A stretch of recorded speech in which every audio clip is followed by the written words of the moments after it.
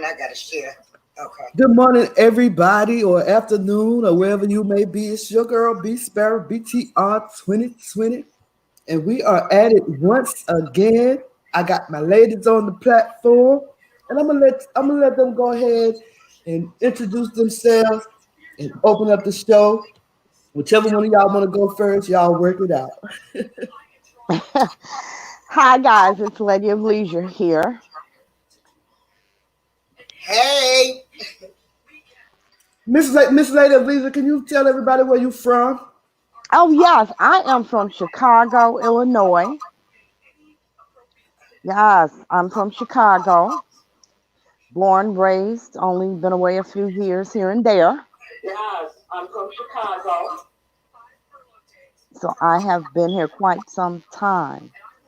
I ran across an article this morning and I actually saw that it had been released a couple of days ago, but it's involving Breonna Taylor and the anonymous juror who asked to be not one of the jurors asked one of the grand jurors in the case Mm-hmm. asked that the judge lift the gag orders for any of the grand jurors who wanted to speak Mm. because this juror felt as if the special prosecutor threw them under the bus with the verdict. Now, what was so very interesting, because the judge did grant the request, and of course, the special prosecutor disagreed, but he said he would not file an appeal.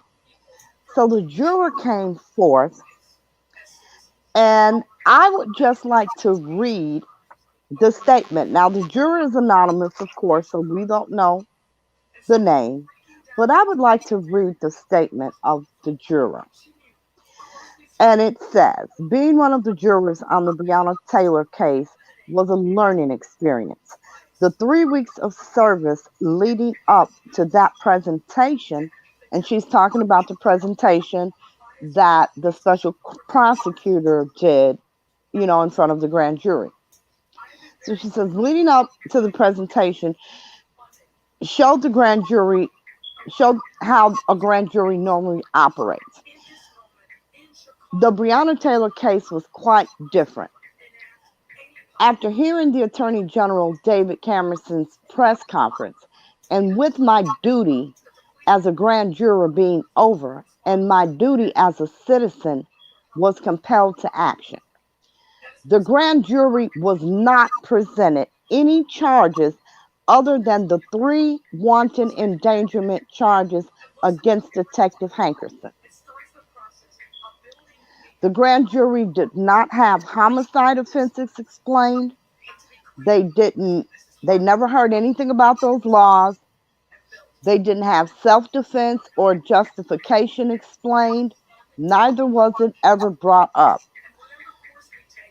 Questions were asked by the grand jury about additional charges, and the grand jury was told there would be none because the prosecutors didn't feel they could make them stick. The grand jury didn't agree that certain actions were justified, nor did it decide the indictment should be the only charges in Breonna Taylor's case. The grand jury was not given the opportunity to deliberate on other charges and deliberated only on what was presented to them. I cannot speak for the other jurors, but I can help the truth be told. Now, I don't know if anybody watched.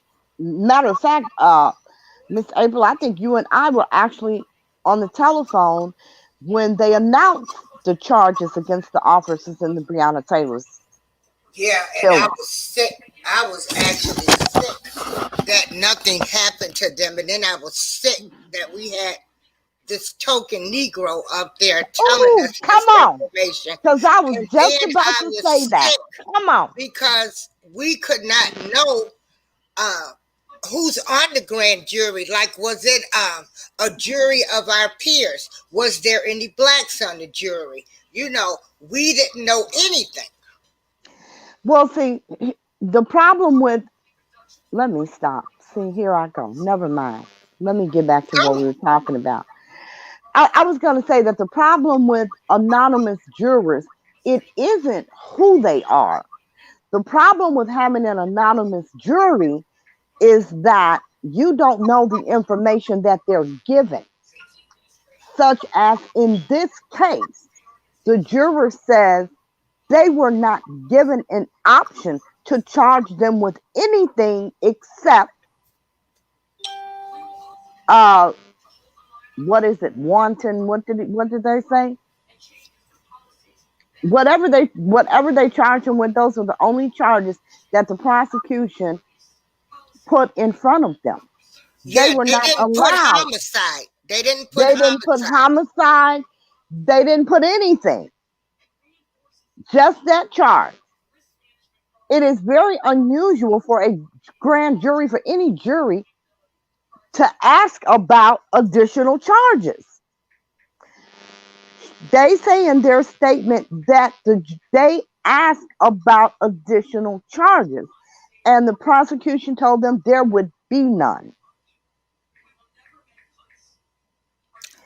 They So actually, what they did is they set the grand jury up where they would not find the exactly, officers guilty. When they went in, they didn't go in to try to find the officers guilty because they would exactly, have given them options to choose from, and they exactly. only had one option.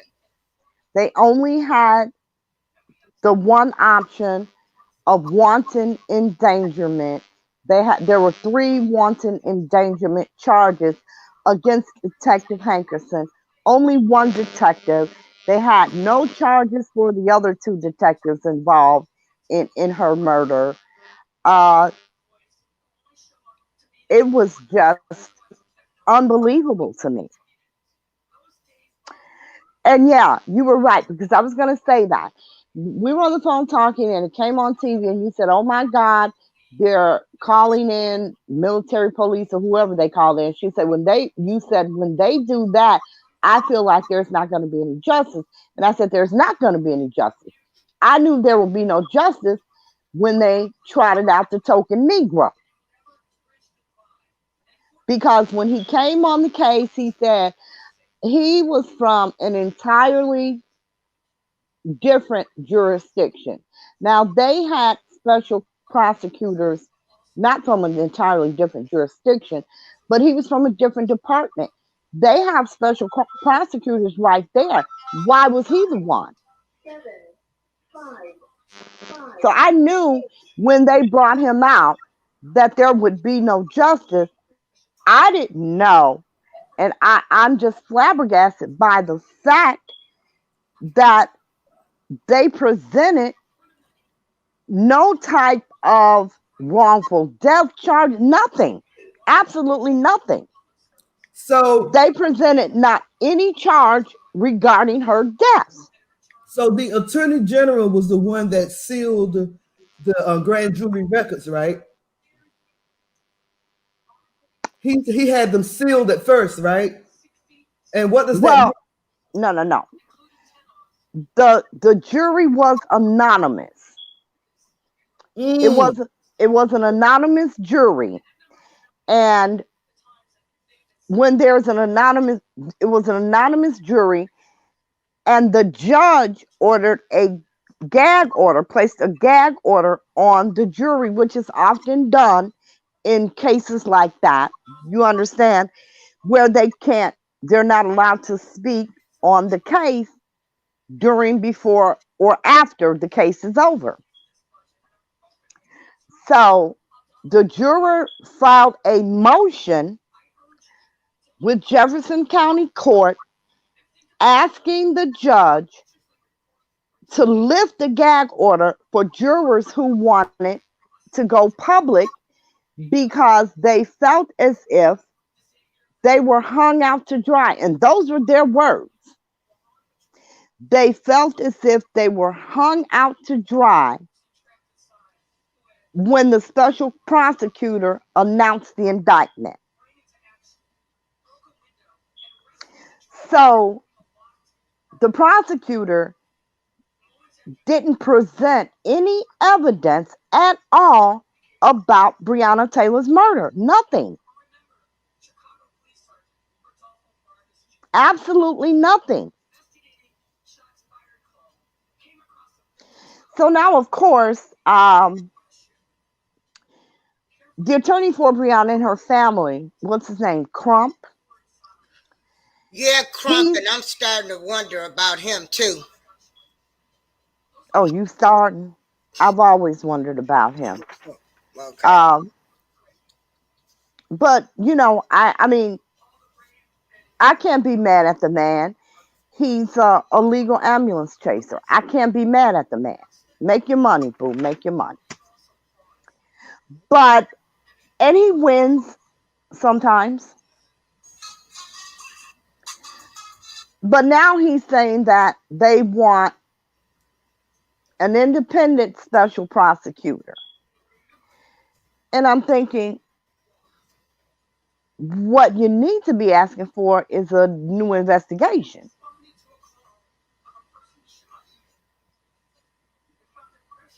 I just don't understand how you can have such civil unrest over a murder of an innocent woman. You construct a grand jury, allegedly an investigation in this woman's murder, and then you offer no charges for her murder? I was on YouTube this morning and I came across one of the Fly Nubian Queen videos, and apparently John Mattingly, the one that was shot, they releasing his statement. So he's on a recording somewhere talking about what happened from his point of view. Have y'all heard anything about that? No.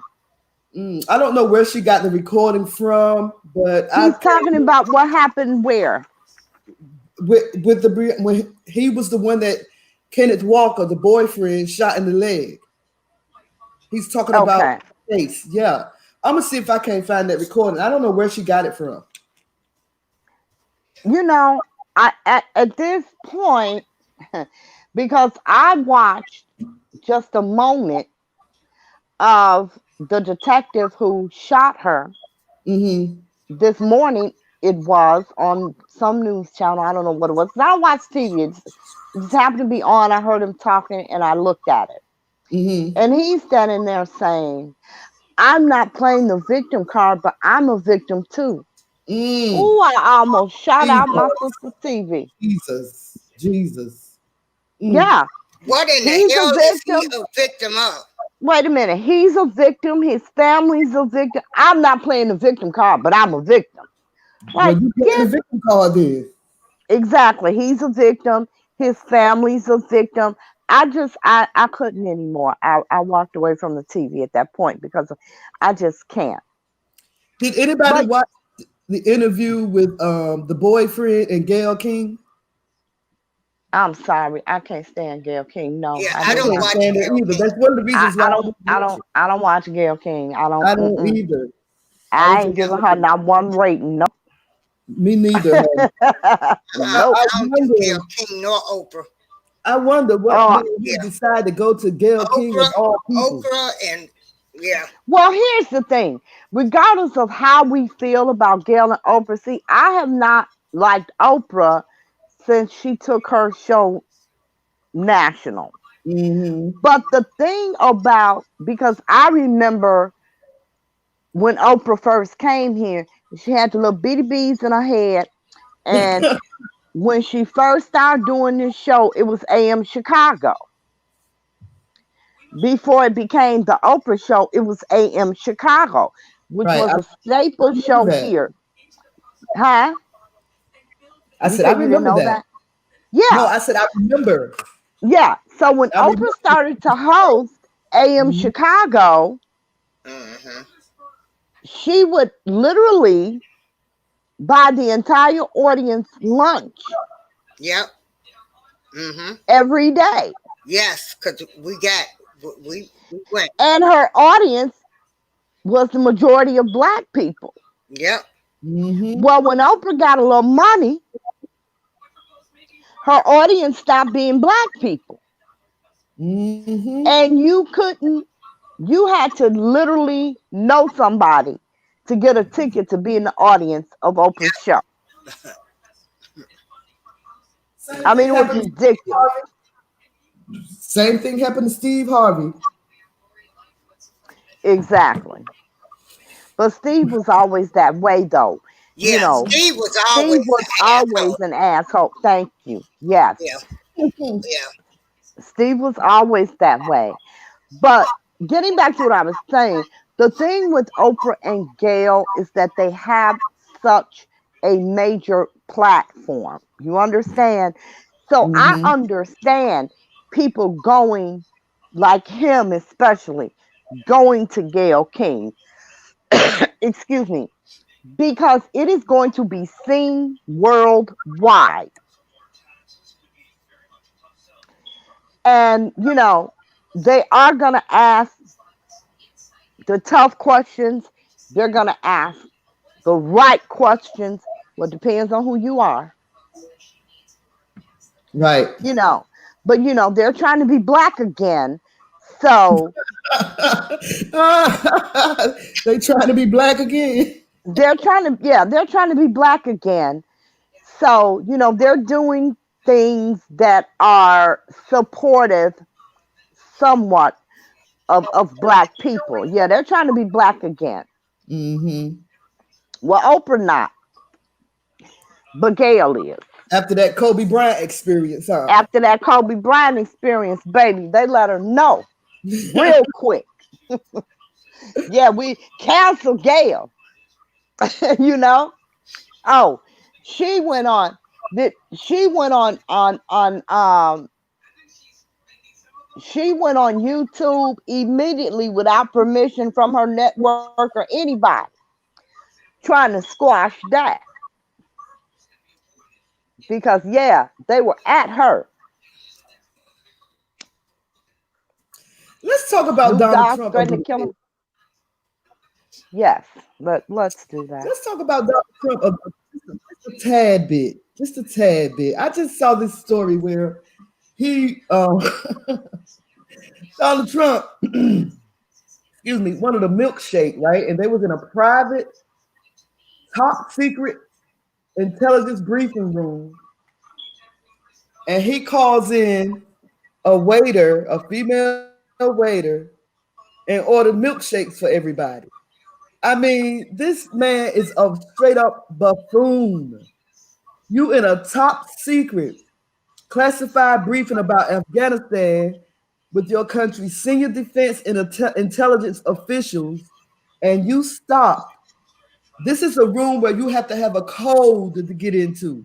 Yeah. And you stop this important business meeting to order a milkshake. Now let me tell you something about that. Because people, see, this is what I'm saying. They just hate Trump so bad. They order food in those meetings. You understand what I'm saying?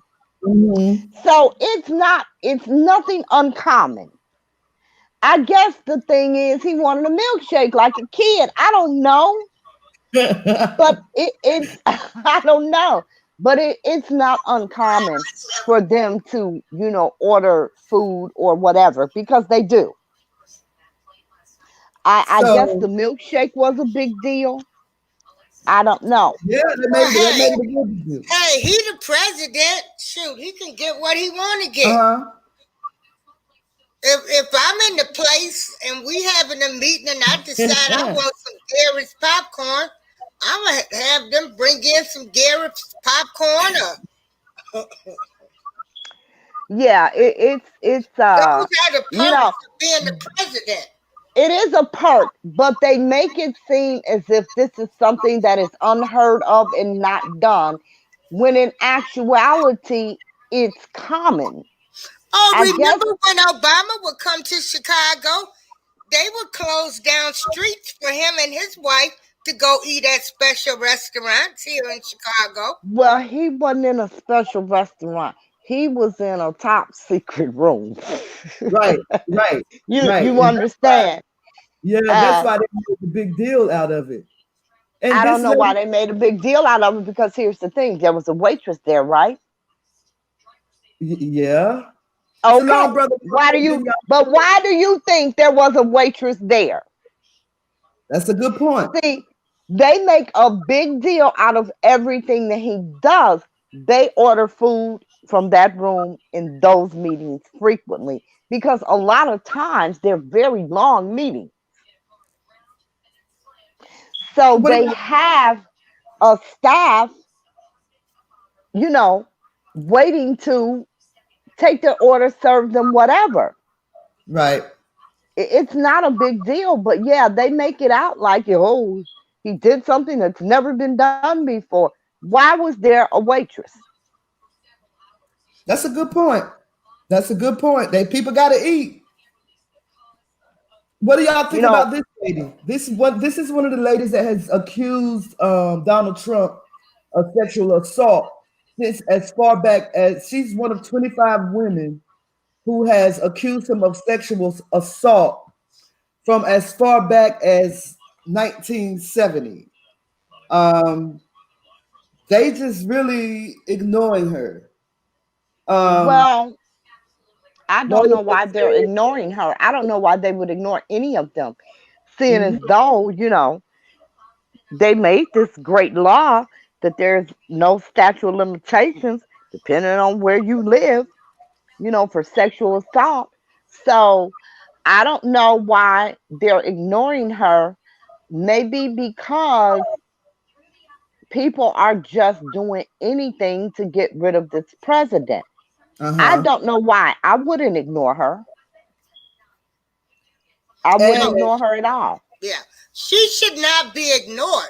Seeing as None of them they should come be after ignored. our black men for things, that she should not be ignored.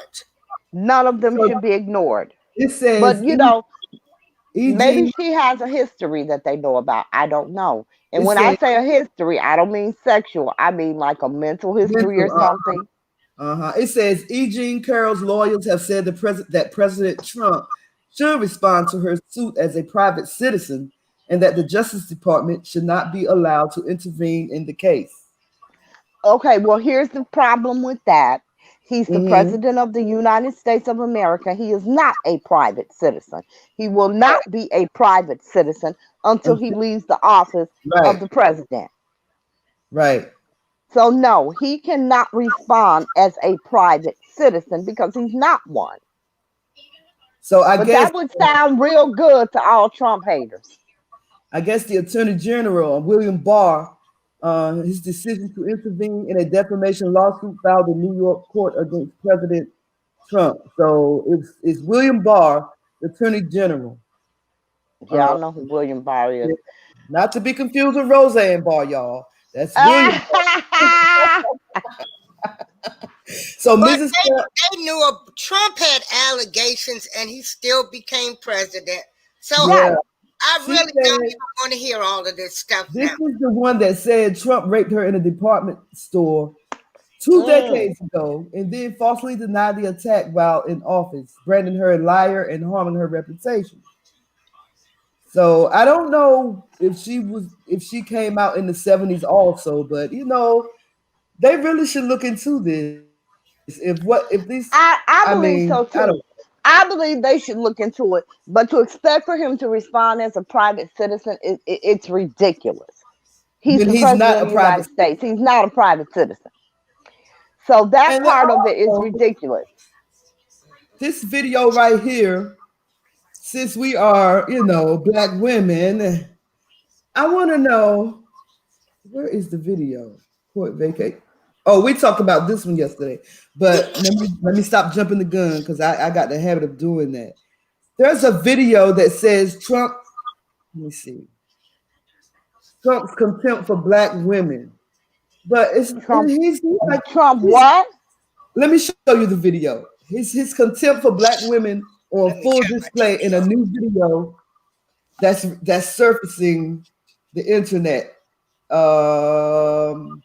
Here it is, right here.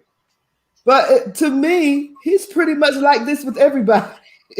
Let me see if I can't show the video. I hope it plays. Oh, it said his contempt for black women. Yes.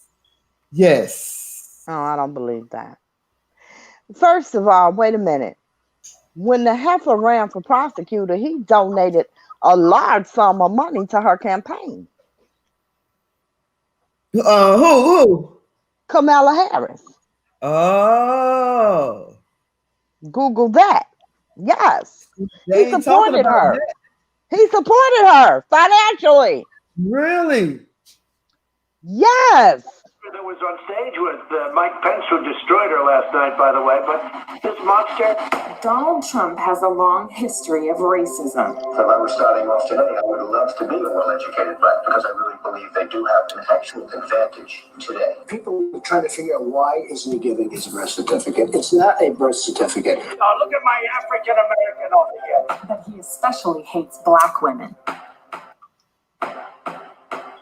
That's not hyperbole.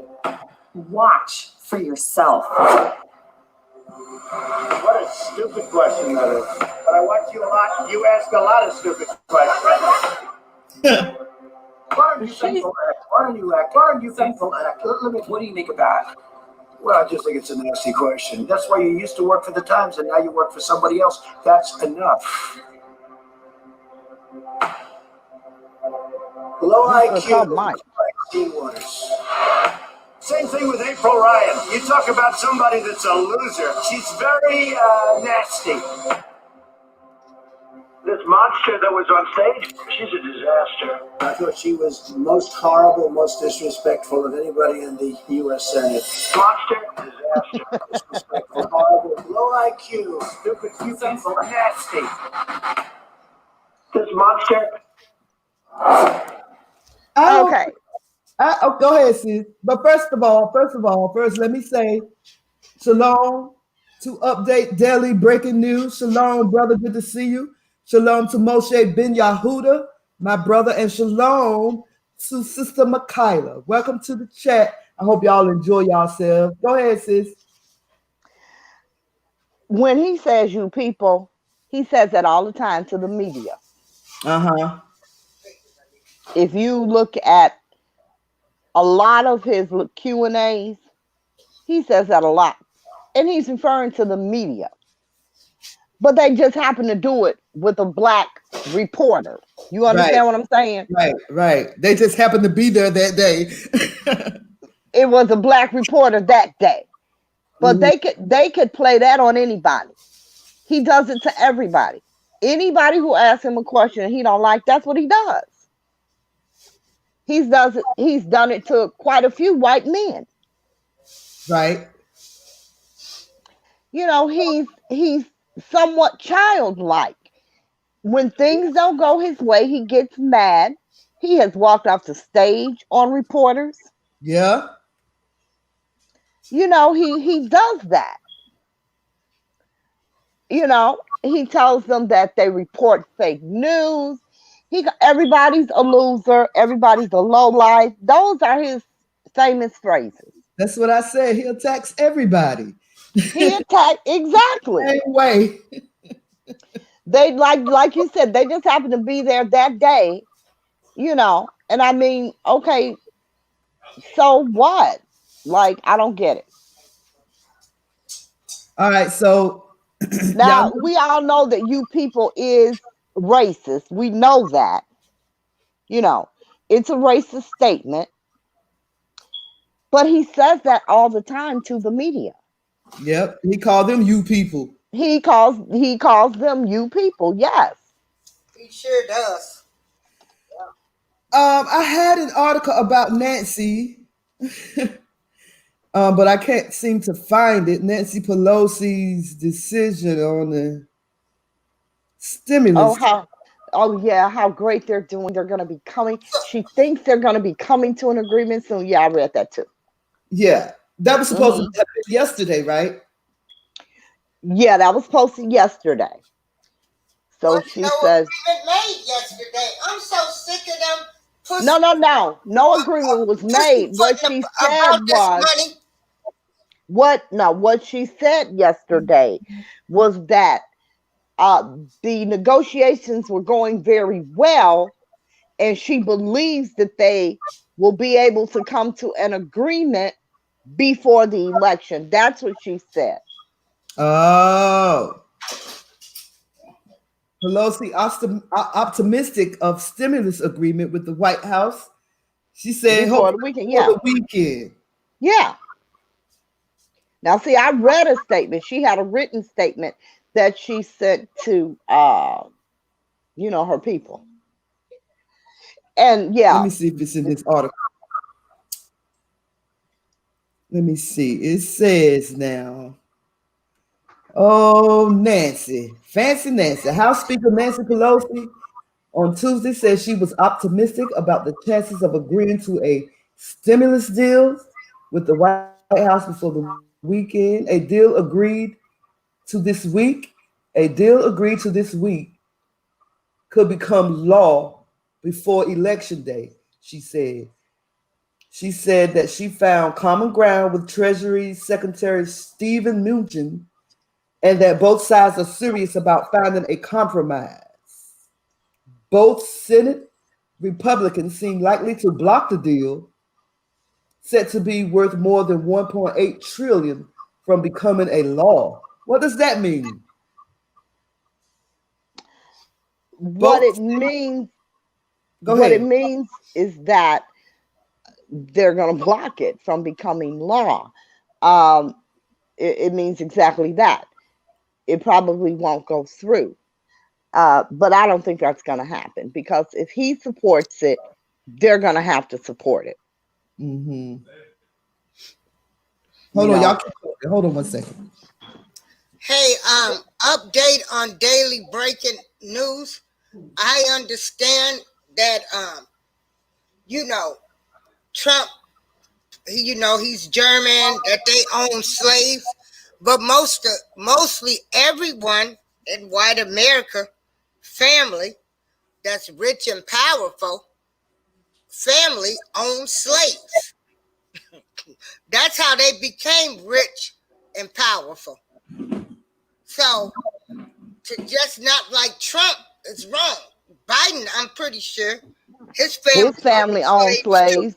Exactly. Yeah, of course. All rich, powerful white families, they descendants own slaves. Yeah. That's how they became rich. Off of the back of our ancestors. We can't. My thing is, don't talk about Trump. Talk about Biden too. Right. Going back to the White House and the stimulus check, my husband, the co-host from the other room, just said that they will be in session this weekend because they called him into work. So great. They'll be in session. Yeah. Yeah. Nancy says that they are. And people. It was an inner office statement she sent out. I'm sorry, Miss April. Say that again. I interrupted you. I apologize. I said, I'm so sick of them with this stimulus money. And there's people out here, they can't get evicted and stuff due to the COVID. But it's people that can't pay their bills. But here's the thing, and that's not true. That's not true. People are still getting evicted. What they can't do is put them out on the street. But now you can get an eviction order against someone, but you can't put them out. So it's still an eviction order.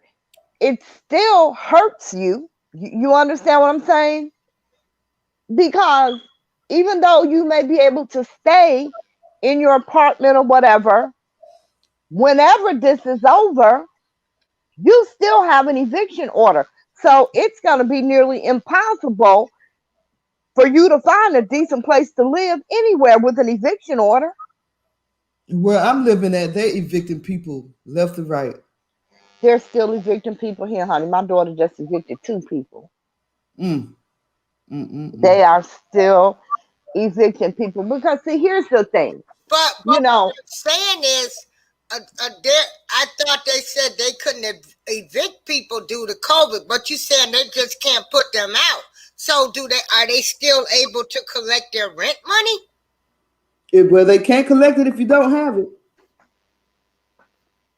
Well, here's the thing. If they evict you, unless it just depends. It depends on what they have in the eviction order. You know, but if you're evicted, sometimes they can get their rent, sometimes they cannot. Most times not. But if you're not paying rent anyway, because that's the whole point of you being evicted, because you're not paying rent. Right. So normally what landlords do is that they simply just ask for an order of possession. And then after you're gone, they sue you for the rent. That's what most of them do here, because it's easier to get an eviction that way. Because if you go into eviction court and you want your back rent and they're forced to pay you, the judge isn't going to be likely to put them out if they're paying you. So what they do is they don't ask for that money. They simply ask for possession. And then after they have the people out, they then go back into court and ask for their money.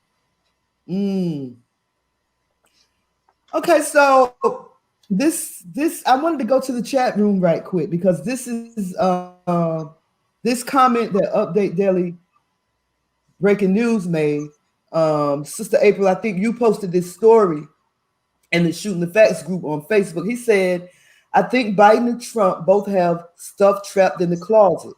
With the Hunter Biden emails coming out the next few weeks will be full of dirt and deception. Now, I know a little bit about Hunter Biden and his alleged drug abuse, but I have not been following this story about these emails. What's going on with this? He's supposed to have pictures of being with young girls, underage girls. Oh, that's new on me. I thought it was about No. I thought it was about his job in Barissimo overseas. Oh, no. They got his laptop with pictures of underage girls. So it says the FBI. Wait. Who's an underage girl? Biden or his son? His son, Hunter. Oh, well, you know what? That's neither here nor there, because Hunter is not running for president. So you don't think that his lifestyle can affect his father's presidency or getting into the presidency? I think that people who are against Biden will use it as an excuse. But no, I don't think that anyone who supports Biden is going to not support Biden because of his son's behavior. I don't. I guess the same way people still support Trump in spite of his alleged behavior in things, I guess. But here's the video. The FBI and DOJ do concur with the Director of National Intelligence, John Ratcliffe's assessment that Hunter Biden's laptop and the emails in question are not a part of a Russian disinformation campaign. Also, one official telling us that the FBI is not investigating this as Russian disinformation. Those are little new developments that we're getting in this story that continues to evolve, and we try to get to the authenticity of all of it. Let's bring in our panel: Bill Bennett, former Education Secretary, host of the Bill Bennett Show podcast; Amy Walter, national editor of the Cook Political Report; and Matthew Cottonetti, founding editor of the Washington Free Beacon. Matthew, I want to start with you. We've seen, obviously, we've been covering it, going through each one of these emails. We've got authenticity on a couple of them from people in the email chain who said they got it at the time. They confirmed that. We're going piece by piece in this, but now this information about the FBI and what is not happening. How do you take it? I think the FBI news is particularly important because the FBI, as we know, is not stocked full of Trump flax, right? I mean, it's an independent agency, and there's a lot of tension between the FBI and the Trump White House. For the FBI to say that it's not Russian disinformation, I think is important. When you have the FBI, DOJ, and other agencies, DNI, saying that it's not disinformation, that the mainstream media would then at least take some interest in the story. So they must be saying that the Russians have something to do with the emails being leaked. Yeah, that's all about Burisimo. But it doesn't, you see, here's my problem. And this is where I say that the media's job is to control the narrative and form public opinion.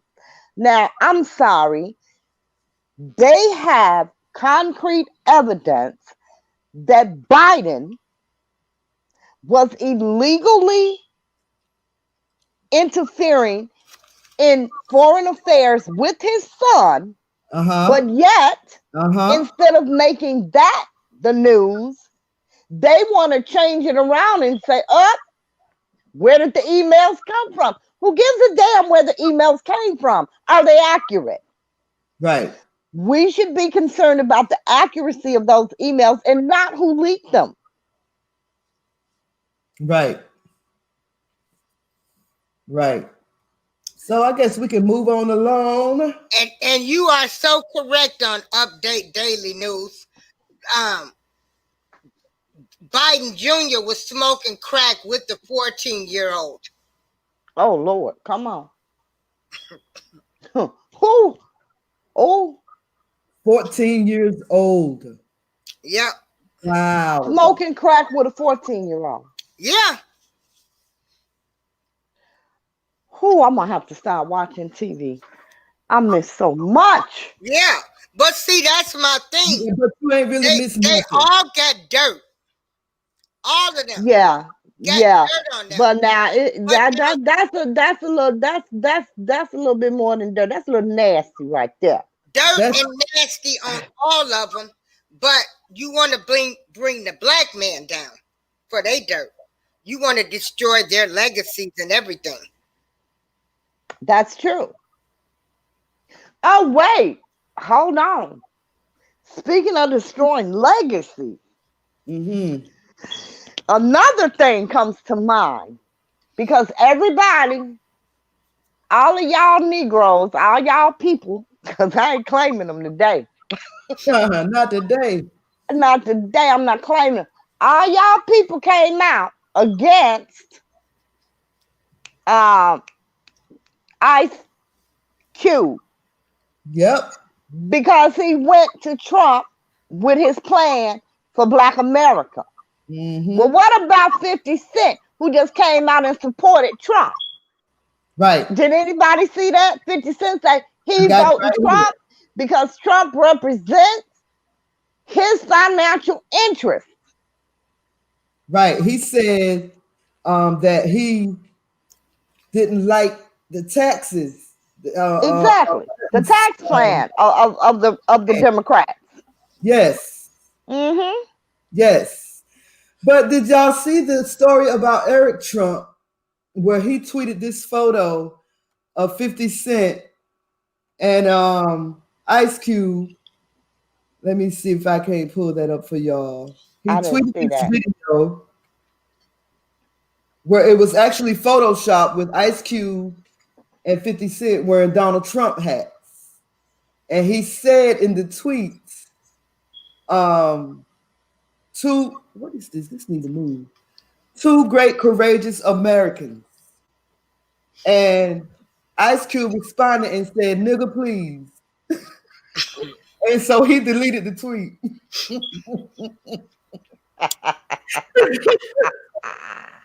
Ice Cube, Ice Cube making it be known that, hey, this is it. I got a deal made, actually, Ice Cube got something done for us. 500 billion. 500 billion. Ice Cube That showed just blows my how mind. he pimped the system. Negroes don't want to give him the credit because we still crabs in the barrel. They mad. Ooh, not crabs in the barrel. Instead of saying, hey, man, the man did something. We Right. want to dog the man out. Right. That's just what we do. Well, let me stop saying we because I'm not going to put myself in that category. Because Yeah. Thank you. was Thank you. I thought his idea was brilliant, and let me It just was say, brilliant. let me just say, It is brilliant. let It me is just say needed. that interview he had with Willie D is the best interview that I've seen thus far. Ice Yes, Cube with really Willie D. opened up. And of course, show the comments that was made under mine. And nobody wants to give him the credit. Ice Cube really opened up in this interview. He even smiled a couple of times. That was the first time I seen him smile in any interview. And he also brought up HR, was it 49 or 50, which is reparations. Yes, he talked about that. Donald Trump. It's an awesome interview. If you can watch it with Willie D live, it's awesome. The best. I'm gonna write that down. I got 2 things. Yeah, I'll send it to you. Yeah.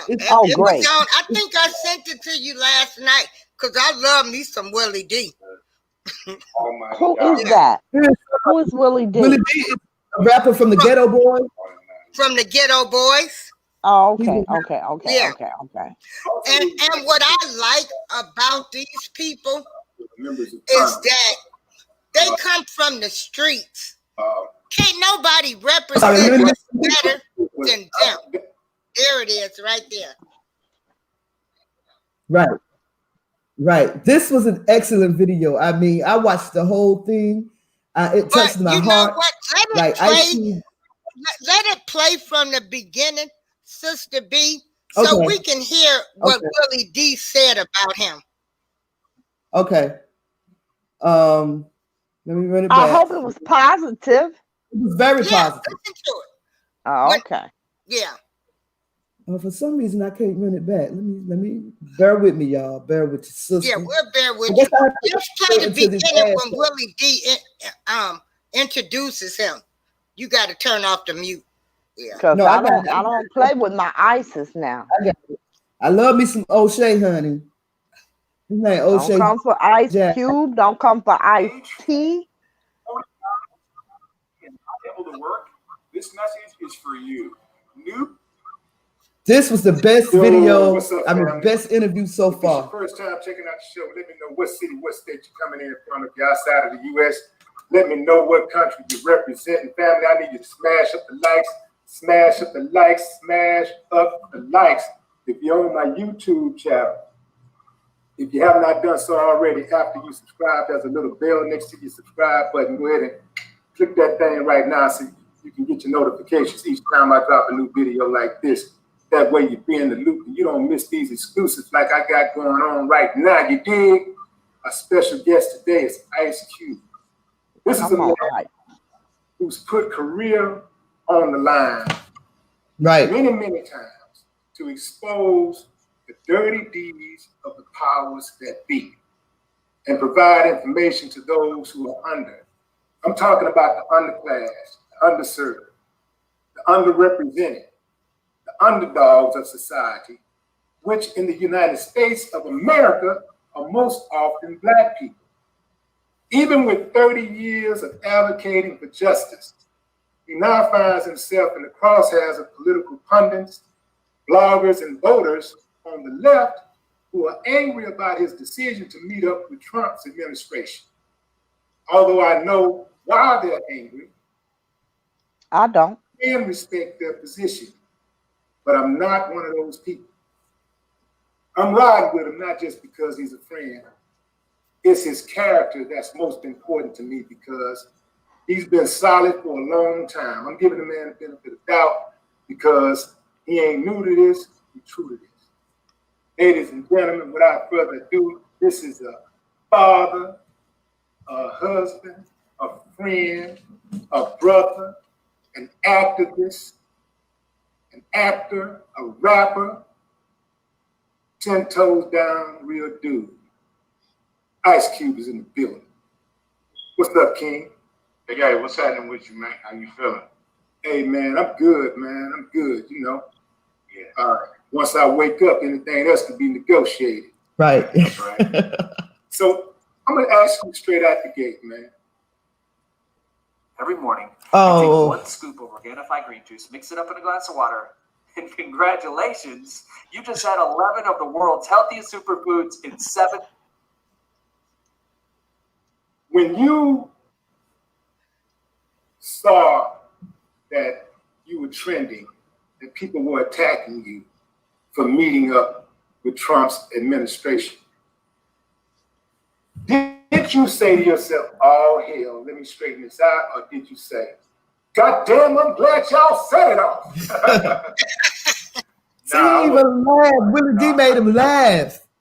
You know, as soon as somebody heard that it happened, man, you know, people would be, you know, in their feelings about it. I mean, that was calculated, you know, months ago, as far as people's reaction. You know, but the real is the real, and what's the truth is the truth. As long as I can tell the truth on what really happened, I wasn't worried about it because, you know, I know we went in there. We wasn't delusional. We don't, you know, we believe them about as much as you do. So, you know, we ain't delusional, but we thought it'd be stupid not to talk to the administration, especially because you never know, you know, with all the craziness that's going on. And if you win, and for us not to be able to still push our program on him, I think that will be a mistake. You know, and so that was the calculation of, this ain't about party. It's not about blue or red. This is about black. And we're going to go full steam ahead no matter who's in power. And with that posture, we're able to talk to anybody and everybody. And we've helped, you know, Democrats get things done. But we're not opposed to helping Republicans get things done too, especially if those things are exclusively helping black people. Right. You're a smart guy, so you had to know that both sides was going to put the spin on this thing. You know, like you had to know that they were going to be like, yo, Q was working with us. Yo, Q was working with us. Why didn't you get in front of the lies before they hit the streets and attacks began on your character? Because there was no lies out there to get in front of. You know, to me, this was. Well, they lied about you helping them, like actually working with the Trump administration in terms of like you were supporting Trump. They made it seem like you were actually supporting. Once this these commercials. And fat loss, Yeah. Ads. But you know, I like the Just way say a little bit Willie more. D stood up for him. Let's listen to his response. Hold on. Listen to his response, and then I'll stop it. Right. The man actually, he said the plan in September. So to me, it was done deal. We was actually seeing where else we could push, and we was working to try to get Gavin Newsom to sign a bill. So that was our new focus. Our next focus is trying to get some other things happening. You know, HR 40 is about to go into effect. HR 40. Dealing with reparations. We feel like it needs to be fixed. So we was about to really get into other things we want to get done for black people. So it was nothing to get in front of. You know, once it came out, I had to tell the truth on what really happened. That's it. Right. So I encourage y'all to watch this interview. It was a great interview. He asked about people. He asked about some of the people that helped him with the contract, you know. So you might be familiar with some of the people that he named. Who did he name? You know, Dr. Oh my God! I can't. Yeah, I knew I. he names He a named lot a of, few people. Let me. yeah. I can skip And it if you want actually, me he to. goes back to history on when actually they had put in place some stuff back in the 1800s for blacks to have their own wealth. And so these people went all the way back to history and different laws that was put in place Yep. for blacks to Yep. be It able was. to make it. And Yeah. actually, that stuff had been happening. They just been making amendments. And of course, you know, now that it's gotten out that Trump approved it, you know, the hate for Trump is so bad. I said, people make deals with the devil all the time to get what you want. I don't know if I'm gonna be doing that, but I'm just saying, they try no, to I say understand. I Trump understand is what you're the saying. devil. But You know, people I gotta make have a deals smart every mouth. day. They do, and you One know, of the persons was I'm Dr. sorry. Go Claude. ahead, B. I don't know if you're familiar with Dr. Claude Anderson.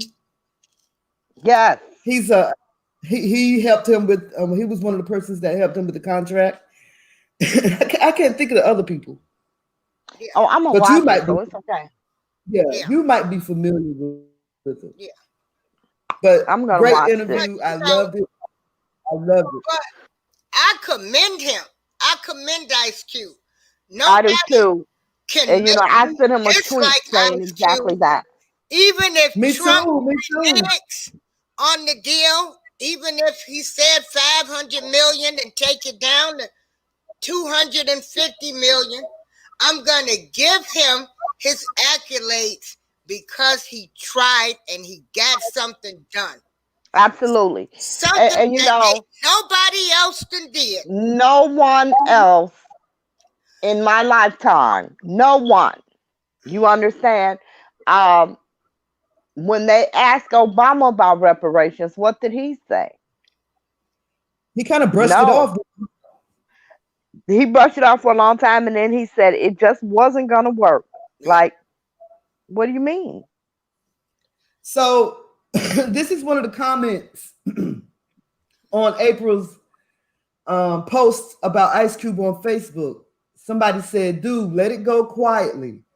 People have made up their minds. Some agree with you, most don't, about your tactics, process, not your commitment or belief. So going everywhere to explain what you meant won't help. Those educated will call you a fool. Those jealous of your financial status will say you sold out for the tax break. The tax breaks money. You can't win with public opinion. Just move on. If you're on some BS or honest efforts to uplift our people, God will know. That's most important than what people think. You know what? People make me sick bringing God into stuff. Everything. With their wrongdoing self. Not knowing what they're talking about, though. Don't bring God into stuff, but make sure you know what you're talking about when you bring him into stuff. Thank you. Because you know, there's this blogger that brings God up in everything. You hold, you know, here you are with your Bible in one hand and bashing somebody with the other. Oh yeah. And then you gonna say, "Oh well, God forgave me, so it's done." No, it ain't. Nope. It ain't done. That's that Christianity mess. I'm sorry. But anyway, you see how people mindsets are? I don't know whether this person is black or white or whatever. He's black. I used to work with him at the prison. And that's that fool. Okay. Yeah, again. Always has a negative comment to make. No matter, you can say good morning and he'll say something negative. What he said don't make a bit of sense. It has nothing to do with nothing. Yeah. What tactics is he talking about? I have no idea. Girl, I have no idea because the only fool I heard was him. Yeah. Right. What tactics is he talking about? I have no idea. And what does Ice Cube financial? All they like. What does all I know is he put a plan in place to help me, to help the future generation, to help the neighborhoods. Now, all that stuff they got going on, I don't care about all that other stuff. He done did something nobody else has ever done. And Nope. it's like, how come people just can't say, job well done? Exactly. Or thank you. Well, some people don't want to see Black people get any kind of achievement, and that's whether they Black, white, Chinese. A lot of people just want to keep Black people at the lowest of the. As I said before, self haters. Yeah. Self haters.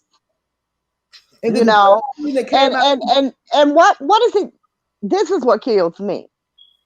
What is he talking about? Tax breaks? Because I'm quite sure he ain't in the tax bracket where he got to pay nobody.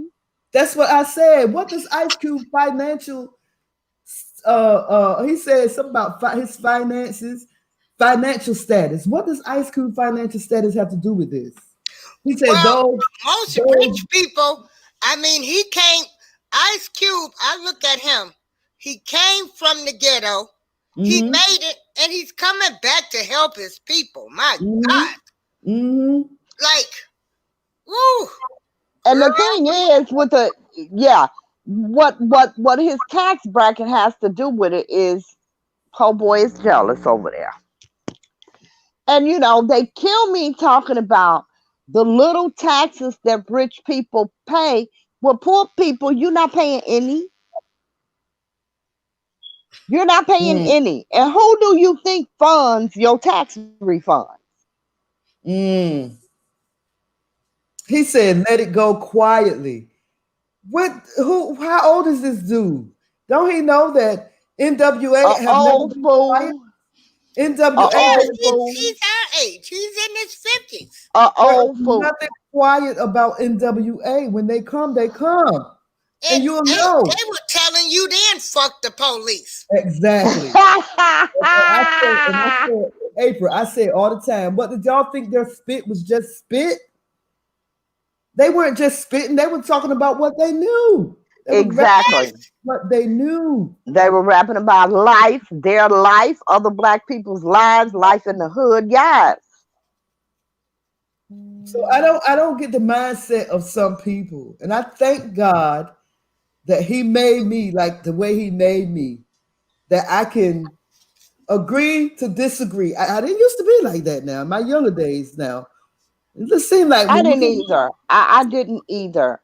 But like you know, I 30, you should be able to know how to agree to disagree. Let me take that. 25. Well, no. I don't think we know then. I don't think we know 30, then. 35. I say 35. You started. I don't. You know what? Honestly, I don't think. And this is just for women, because we all know men are a little slower. I love y'all, but y'all a little bit slower than we are. No, they really are when it comes to getting things. Yeah. I don't think that we have any real sense until we're at 40. You start to really get it. You ain't got it yet, right? But you start to get it, right? And I would not be, and I tell this to my daughters, I wouldn't be 20 nothing, 30 nothing for nothing in the world. I'm telling because you, you're dangerous, because you think you know some stuff and you really don't. If I could go back knowing what I know, man, look, knowing man, what I know, look, yes. exactly. Absolutely, I'll go. But other than that, no, because I was young, dumb, and full of, the rest. You know what? Yes. Girl, we all was. Couldn't nobody tell us nothing. But I listened to my elders, Right. I did that as well. But see, that comes from a whole different, we just came up in a different time.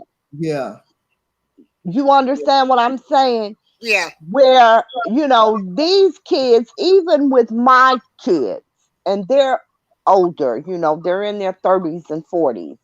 But even with my kids, they were taught to respect their elders. Absolutely. But you see, they had these friends that didn't know anything about that. Right.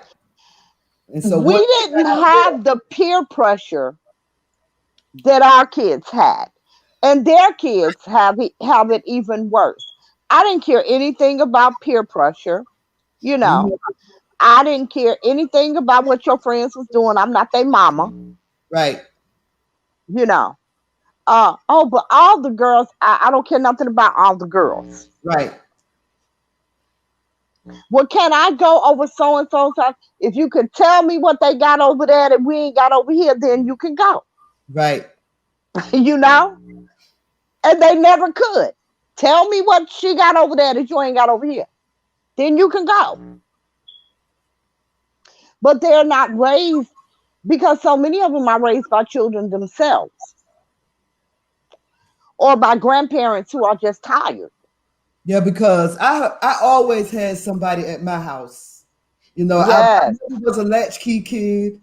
Someone was always to the house. Right. My grandmother, an aunt, or uncle. Somebody Right. was always there. And I Right. thank God for that. Oh, I also, did you guys know that they got the hashtag out now? Blame black men. Lord have mercy. So now they want to put, like, if Biden loses the election, blame black men. That's like some buffoonery. Ice Cube. I'm not going to let that happen. That's not Yeah. going to happen. Yeah. That's not going to happen. But, you know, we'll find every excuse To bring down a black man. Yeah. to put him down. And, you know, instead of saying Biden, you know what? People weren't actually in favor of you choosing Kamala Harris to be your VP running mate. Really was not. Only the younger people, the 30-ish crowd who's into all of this self-love and inclusion and all this crap, that was perpetuated by the other administrations. Right. The Obama. Nobody that was really grown was happy with that decision.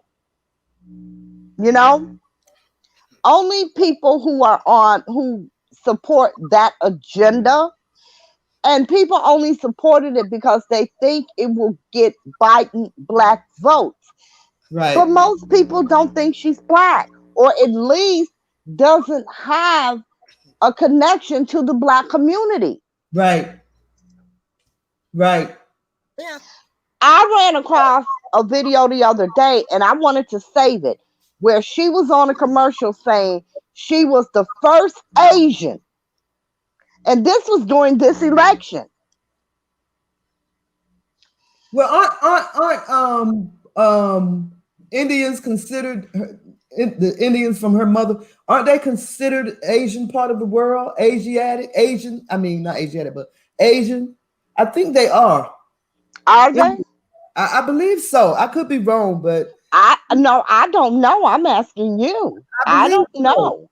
Please correct me, somebody, if I'm wrong. That Hindu I don't know. in that part of the world are considered Asian. I could be wrong. Somebody correct me if I'm wrong. Speaking of 50 Cent, 50 Cent says, I don't care. Trump doesn't like black people. 50 Cent endorses president. I guess that's meant to say, I don't care if Trump doesn't like black people. Some of these people can't write.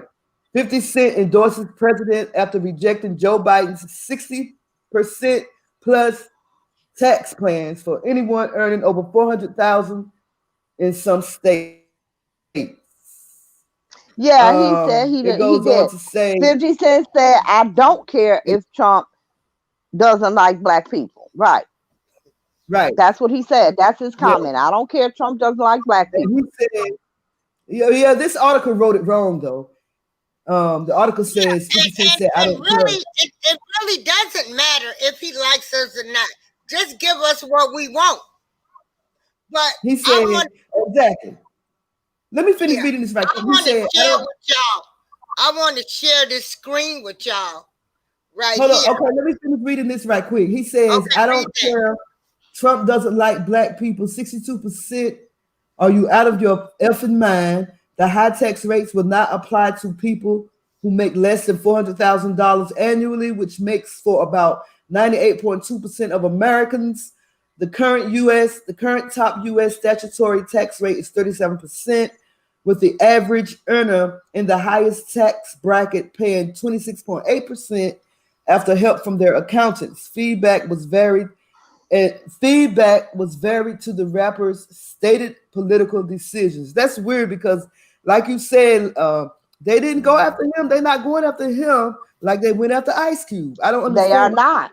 They are not. Throw 50 Cent, get him told.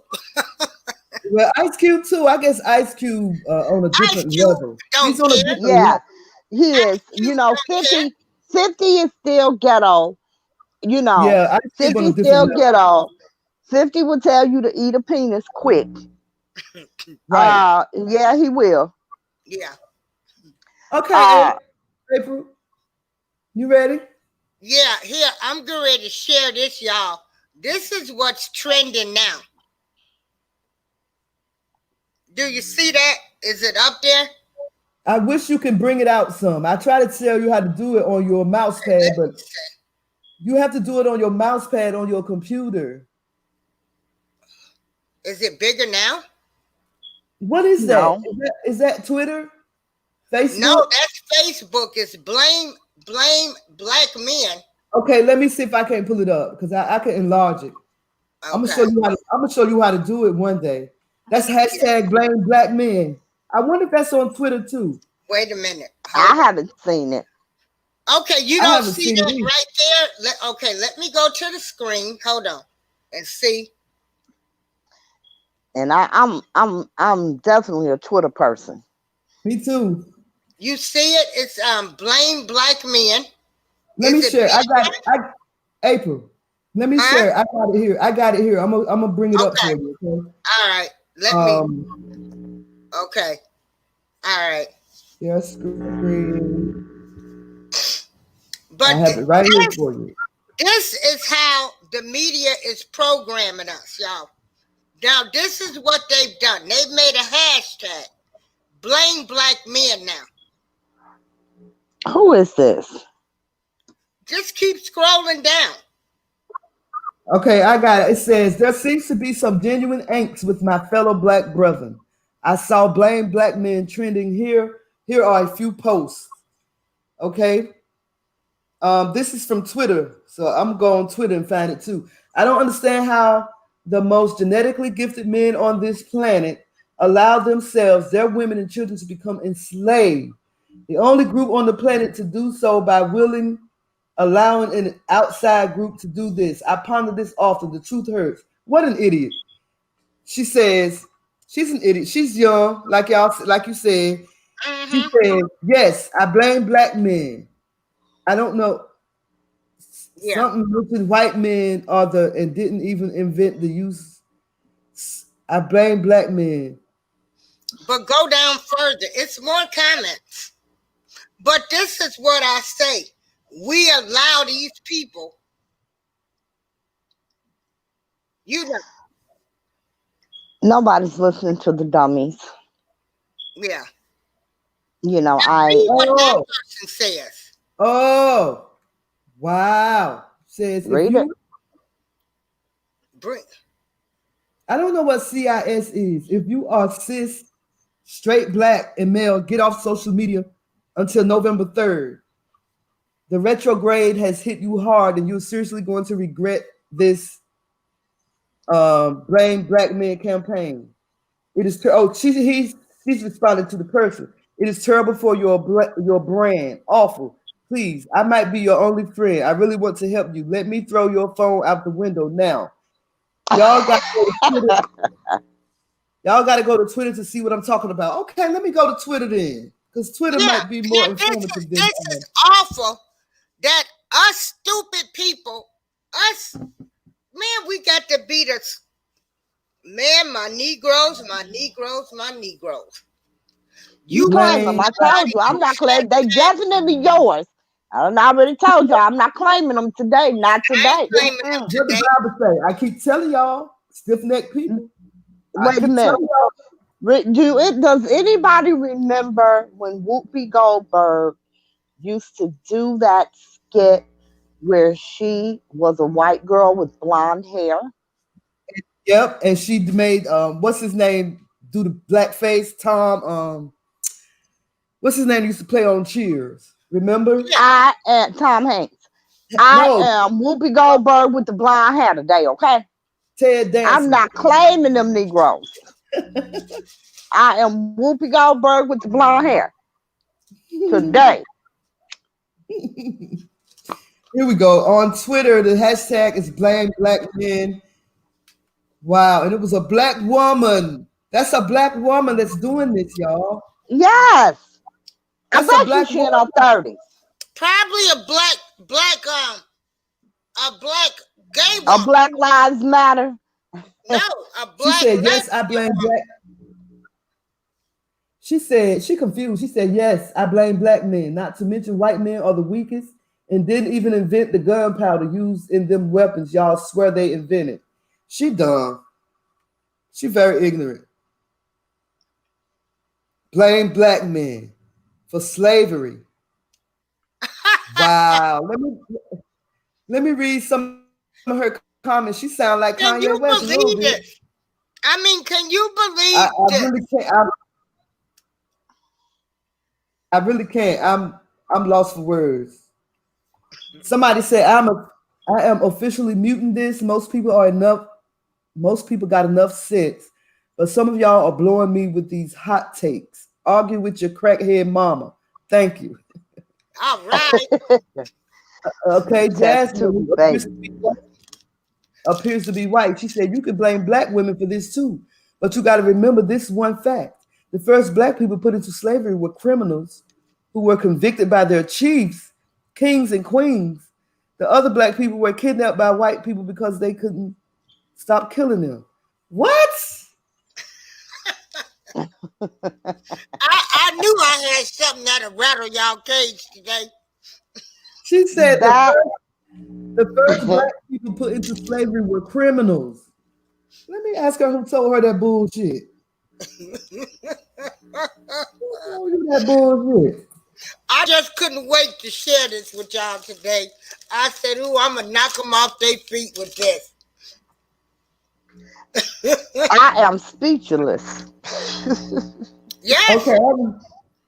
I just can't. I cannot do the buffale today. I cannot. Who would actually sit there and just do this? Do this. Somebody said, you would do this to your own black brother. So that means if you blame the thing is, you blame you're not even doing it to the black brother. You're doing it to the entire black race. Yep. Yeah. Truth is that black men directly enslaved all blacks sent to the Americas. Just a fact. Oh Lord, I don't have time for this today. Black men came to America life than what they had. So the white men took them in and held them as slaves and fed them and made them work for themselves as they don't. Lord, these people dumb as hell. These some young, dumb mother effers. Somebody said, nigga, the F is she saying? They came over here on ships with cannon and muskets. How can you blame the black? You know what? I can't. I'm done. I quit. Thank you. That just right there just pisses me off to the point of pissivity. Just showing you how ignorant people are. We got some ignorant people are. You don't see no hashtags about blame white people for nothing. You know what? I was telling my daughter, I said, let me explain something to you. You look at all these little lost children out here, ignorant, uneducated, no morals, no values, nothing. These are the kids that's going to be charged with taking care of running the world when you get my age. Right. Wow. I'm so glad I won't be here to see it. You know, because it's so sad And these are, again, this all goes to how the media controls us Yep. Yes, because indeed. they believe everything that they see and hear in the media. You know, they form your opinion. Yes, they do. And if you're weak minded enough, and many people are, you allow that to happen to you. I don't care how mad somebody gets about me saying illegal alien. That's what they are. I don't care how you try to soften it on television and in the media to me. I know what they are. And I'm not changing it because that's what they are. That's what they are in immigration law. That's what they are in the United States Constitution. That's what they are. But the media spins it in order to make you more acceptable to them, calling them immigrants because nobody's against an immigrant. They're not immigrants, they're illegal aliens. They're going to stay illegal aliens as long as I got breath in my body. Speaking of morals and values, what do y'all think about this? Married man of 3 wears heels and skirts to work because he can. Okay. All right then. Oh my God. What? I think there is a woman in him dying to get out.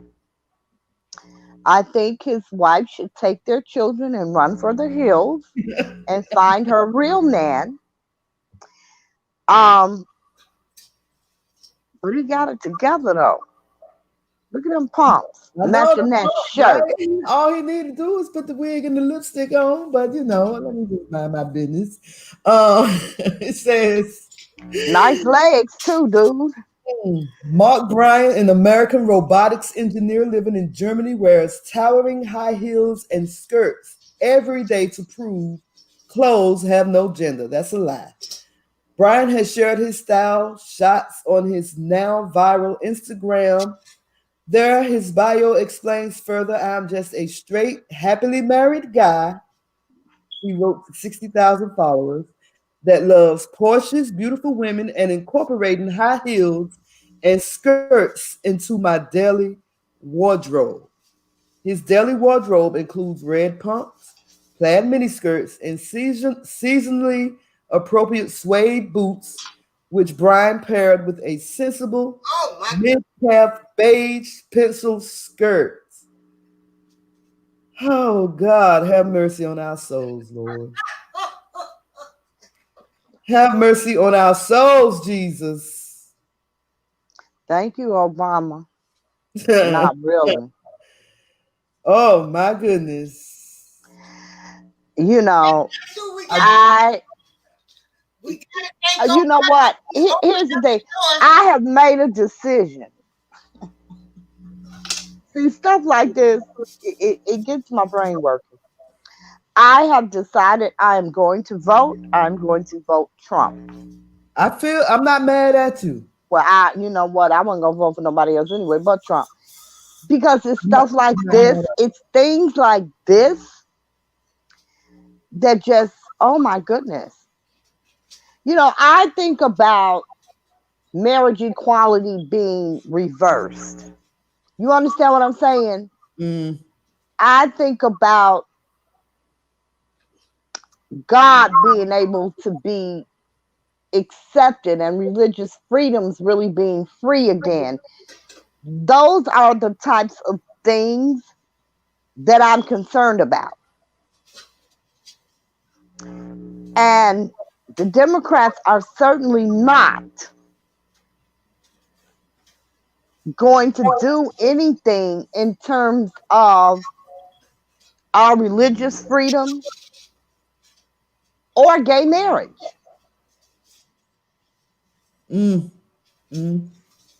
Thank you, Bernard Obama. Girl, I just up the country. I mean, really, truly, just who would have ever thought that you would be looking at two men getting married? Never. Two women getting legally married. That is more than an abomination. Yep. People think, and I ain't trying to get religious. I ain't trying to get biblical, because I know. Anyway, people think that Jesus is coming back with lollipops and gummy bears. Okay. Okay. Okay. He coming back with what? Corona. He coming back with what? Floods. He coming back with what? Hurricanes. Back with a sword in his hand. He coming with back. Where the lollipops and gummy bears at? Right. I see diseases, incurable, untreatable. Right. I see hurricanes, earthquakes. I missed the lollipops, lace, and lipstick. I missed it. Yeah, they think he coming back with lollipops and teddy bears and yeah, okay. In the neighborhood. Baby, he coming back with the wrath. Did y'all hear Obama? Did y'all hear about the man that got the life sentence for stealing the hedge clippers? No. What country was that in? There was a man. Let me find it right quick. Was that in the United States? That couldn't have been in the United States. Yes, ma'am. Yes, ma'am. And you know it was a black man. He just getting parole after serving, I think, 23 years. Well, he actually had a life sentence for stealing some garden. Well, they for accused of stealing some garden hedges. This man right here. And why did he get 20 years for that? Let me see if I can get the video to play, if there's a video, or read the article. Black man serving life sentence for stealing hedge clippers granted parole. There's no video, so I'm gonna just scan over it right quick. I need to know what country that's in. It's in the United States of this here America. Listen. Okay, here we go. Fairbrain Bryant was sentenced in 1997 under the state's habitual offender law. On Thursday. Okay. There it is. Because I knew it could have been just that. A parole committee voted for his release. A black man in Louisiana serving life in prison for stealing hedge clippers more than 2 decades ago was granted parole months after the state Supreme Court declined to review his sentence. The Board of Pardons and Committee on Parole voted Thursday to release Fairbrain Bryant, 63. He walked out of prison later that day after serving more than 20 years at the state penitentiary in Angola. Bryant will enter into a program in Baton Rouge that helps prisoners adjust to life after they are released. Eventually, he will be allowed to live with his brother in Shreveport. Under the conditions of his parole, Bryant will have a curfew, must attend Alcoholic Anonymous meetings, and complete community service. The Louisiana American Civil Liberties Union called the board's decision to grant parole a long overdue victory. Bryant was 38 when he was arrested in January 1997 for taking a pair of clippers from a carport storeroom at a home in Shreveport. The homeowner was alerted to the theft and chased Bryant off. That same year, a jury convicted him of attempted simple burglary of an inhabited dwelling, and Bryant, who had previous convictions, was sentenced to life in prison because he was considered a habitual offender under the state law. Now, does this have to do with anything? I'm sorry. Say that again. Go ahead. No, repeat the question. No. Because you might answer for me. Go ahead. I didn't hear the question. I said repeat the question. Well, I didn't get to ask. I didn't get to ask it. I thought you had something to say. Oh no. Was this does this have something to do with the laws passes? The laws passed. I,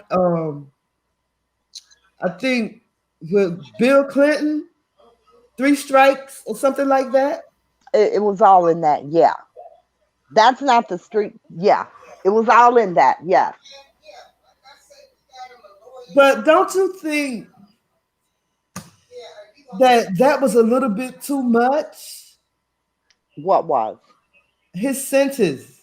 No, Why not? because it was under the habitual offender law. I mean, that's the whole point of the law. If you are a habitual offender, then that's what you get. Life for some hedge clippers, though. But you see, it's not for hedge clippers. It's because you keep doing the same thing over and over. So yeah, that's the whole point. It is to deter you from being a habitual criminal. So I'm quite sure. Well, maybe he didn't, but it goes to what I said in the last panel that we had. You have to know the consequences of your actions. Not knowing the consequences of your actions will not exempt you from being held accountable for them. I'm sure that when he stole those hedge clippers, he didn't think he was going to spend 23 years in prison. Right. I just think that law is a little bit. I don't know. They need to tweak that law. It may have been misapplied in his case. But it's still a law. And then I can't say that because he's in a whole nother state. I can only speak to the laws in Illinois and the federal laws. And even though the federal laws are the same across the country, procedures are different in different districts. Yeah, I don't think he would have gotten that had he been here in Illinois, not for some hedge clippers. That's usually reserved for drug offenders, Right. weapons Murder charges, things like not even murder. Not even murder. He didn't even get to steal it. He fell. He didn't even get the hedge clippers. He never got to get them because they ran him off. That's terrible. I mean, but you have to understand though. See, what makes this very dangerous is that he was in somebody's home who was home. You understand what I'm saying? Mm-hmm. He was, and that's the big deal. Because he was in somebody's property and they were home. So, in the eyes of the law, that is a very high threat. What was you saying, April? Well, yeah, I guess now I can understand it better because if people was at home, I guess if somebody came to my house, I don't know what they're stealing. All I know is my life was in danger. Exactly. And that's the thing. He was in their home, inside of their personal property. He wasn't in the yard. They should have shot his ass. No, don't say that. So, he argued that in previous appeals, his sentence was unconditionally harsh. But in July, the state Supreme Court declined to review his sentence. A court spokesperson told NBC News in August that 5 of the court's 7 justices, all white men, denied his request without giving an explanation. One justice recused himself from the case, while Chief Justice Bernadette Johnson wrote in a disaster that his sentence was excessive. The man's life sentence for a failed attempt to steal a set of hedge clippers is grossly out of proportion to the crime and serves no legitimate penal purpose. Johnson wrote, comparing it to the post-Reconstruction era laws that mandated harsh penalties for petty theft associated with property. She said those laws were largely designed to re-enslave African Americans and undoubtedly contributed to the expansion of Black prison population that began in the 1870s. Well, like you said, it is the law.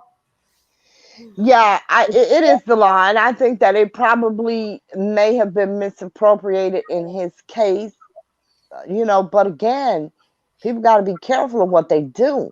Right. Right. And like he didn't even get the clippers. Like, right. And you know what? I would appeal all of that, all of his release conditions. He's been locked up 23 years. Why does he have to go to Alcohol Anonymous? He wasn't an alcoholic while he was in there. Right. And that's a good point. Why is he? That's a great point. I didn't even think of that. No. He's been locked up 23 years. You got to go to Alcoholic Anonymous. Really? Right. You've been locked up for 23 years. Ain't had a drink in 23 years. But he got to go to Alcoholic Anonymous. So, that's crazy. That is Quit crazy. Playing. Isn't that crazy? Yeah. I cannot. I love the law. But sometimes, baby, oh my goodness. It's hard. I heard about Tennessee poll workers that turned away voters wearing Black Lives Matter clothing. Huh? Now I know the last time I voted, which was Obama, they told us not to wear anything political. Right. They told us to wear anything political. Yeah, you're not supposed to. On top of this story, this is two stories that I'm getting ready to talk about. I know y'all heard about the cop that was at the polls with his Donald Trump mask on. Yeah. Miami cop in full uniform wears Trump mask to polling area. So this is kind of the same situation where people are wearing political stuff to the polls. Yeah, I don't know whether this cop was turned away. Right. It said, I'm going to start with the cop story first. Well, we know that the Tennessee voters were turned away when they came to the polls with Black Lives Matter. That's understandable because I was taught you're not supposed to wear anything political to the polls. Right. It makes sense to me. You're not. So this cop early voting this week. Right. So this cop in full cop uniform, early voting began this week in Miami-Dade County because anxieties are high about election security and voter intimidation. The city of Miami called a press conference yesterday, or day before yesterday, to announce that plainclothes police officers will be deployed at polling places to prevent potential harassment. Okay? Understandable. But Steve Simeonidis, I don't know. I'm just going to say Steve Simon because I don't know how to pronounce his name. Chair of the Miami-Dade Democratic Party says he believes one of the city's officers actually committed voter intimidation by walking into a polling place in full uniform with a gun on his belt and Trump 2020 no more bullshit mask. Yeah,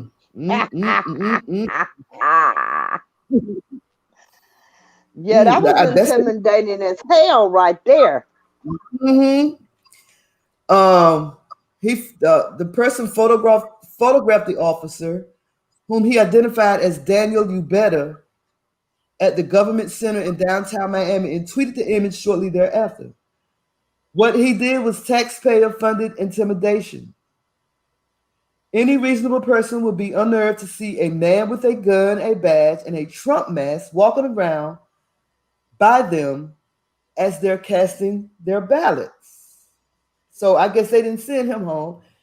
He says anyone voting for President Donald Trump's opponent's former Vice President Joe Biden could perceive the officer's actions as a threat.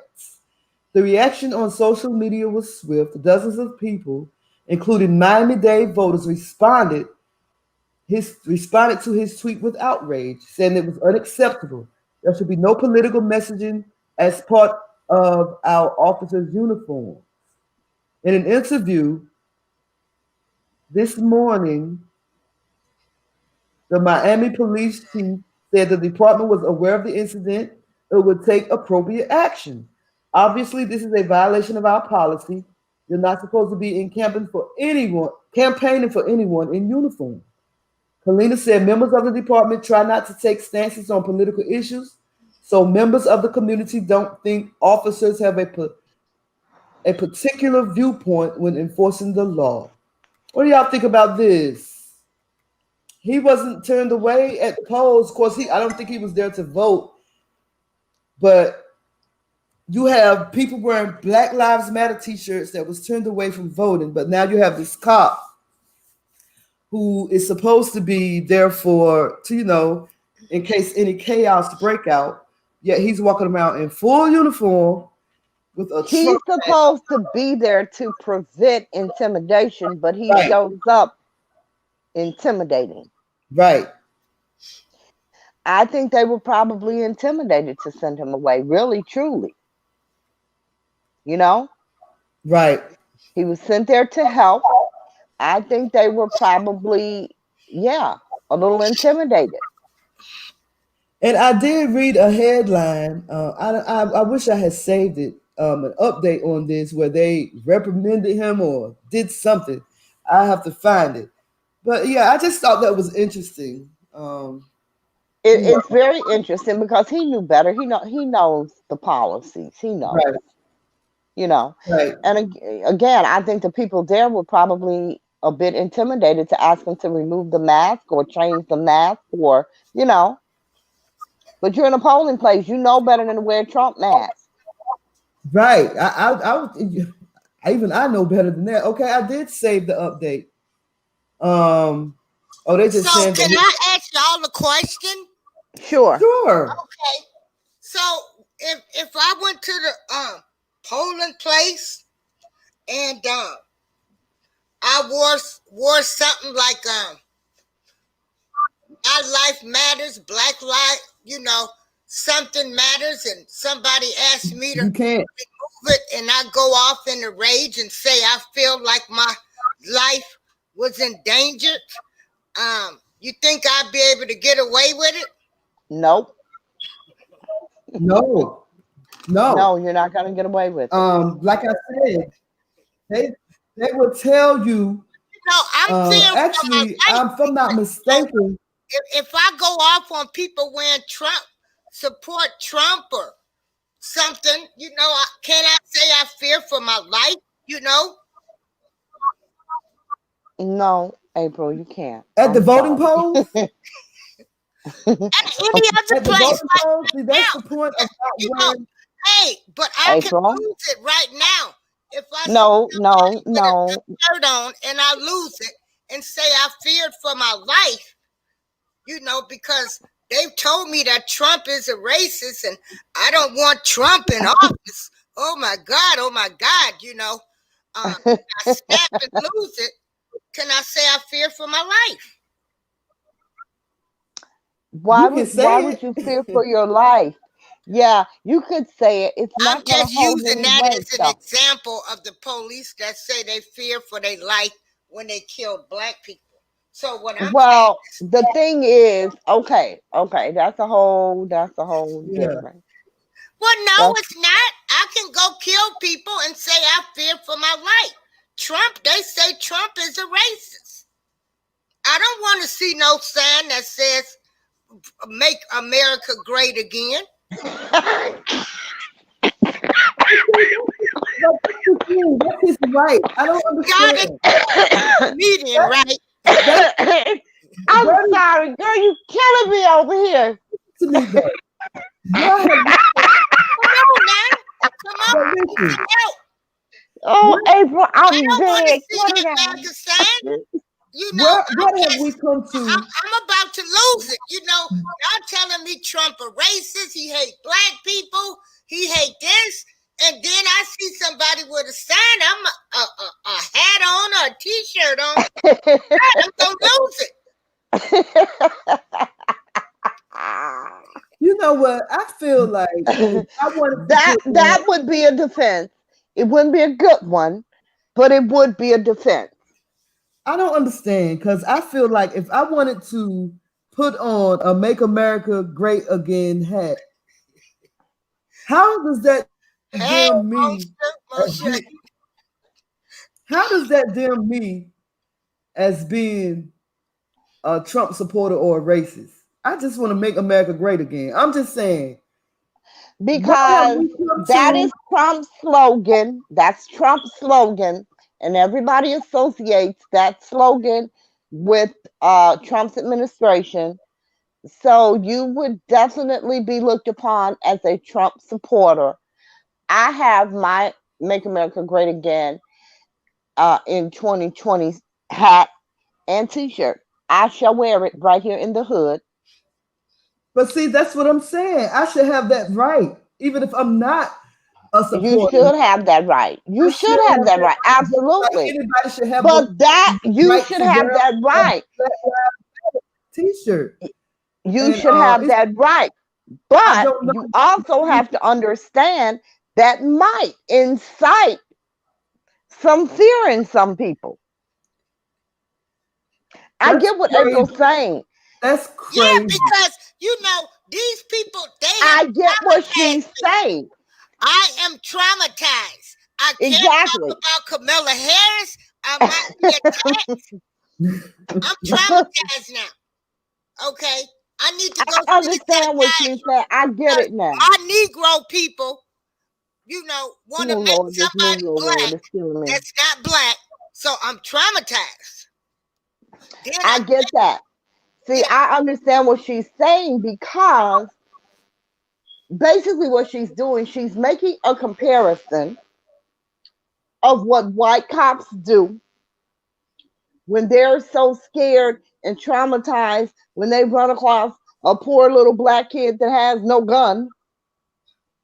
You know, you don't know what may incite someone. You don't know if people are mentally ill. You don't know if they're traumatized. You don't know. So yeah, that hat could incite something in someone. It could incite danger. Somebody can hate you for wearing that hat. Because I told my daughter, she says, "Are you really going to wear that over here?" I said, "I really am. And I'm putting both guns on my hips so everybody can see them." Right. I really am. Seriously. Okay. But listen, I don't see that working for us, April. Okay, just trying to make a comparison. But you know, and even you know, I'm ready to go attack some of my Facebook friends. Every time I make a post, you got something to say. Well, I'm terrified of my life now. Every time I post something, you coming back with to me. You done triggered emotions. Okay. I've seen it happen in this situation right here. Let me see if I can't get this to play for y'all. I don't want to play it through Roland Martin though. Let me see if I can't find the actual video without him. Because I can't stand Roland. I'm sorry. I shouldn't be saying that about a black man. I'm sorry. Roland Martin. Oh, girl, please. I'm gonna stop. I'm trying. That lady that got that hashtag blame black men. She made me want to just not blame my brothers in front of anything, huh? Right, for anything, you know, because that's just damn ridiculous. So there was a lady And I might have to play it on rolling. This lady used that as not an excuse, but these police officers just walked in her house. I don't know if y'all saw this. Wait a minute. You got it. And she shot him. No. But she was traumatized. She shot him with her mouth. She shot him with her mouth. I just want to pull the video up without Roland Martin, but he seems like he's the only one that has it. That's okay. It's gonna have to be with wait, I don't want to play with Roland Martin. I'm sorry, y'all. You can't, because he got to do his little commentary first, and I ain't got time for all that. You can't fast forward through the commentary. I can, but I got the video right here. Okay, great. From the beginning. So this was a few years ago. They thought they was gonna come up in her house, but check out, she ripped a new hole in their butts. Y'all hear me? Let me get it right. I might have to go to rolling. Dang, blam it. That's just a picture. That ain't even the damn video. Lord have mercy. I'm gonna have to go to rolling. Is she black or white? She's black. Okay. I couldn't tell from that picture. She ripped a hole. Let me see if this is the video. I'm trying to get the video. Jeez. Yeah, would do that. But they were wrong though. And let me go to rolling. Dang. Go to rolling. It's okay. Just skip past the commentary. It's but see, he don't show the whole video, and I wanted y'all to see the whole video. Let me see.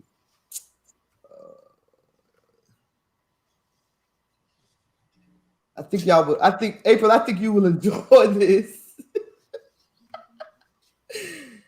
Oh, Lord, this man right here. Here we go. We saw the video.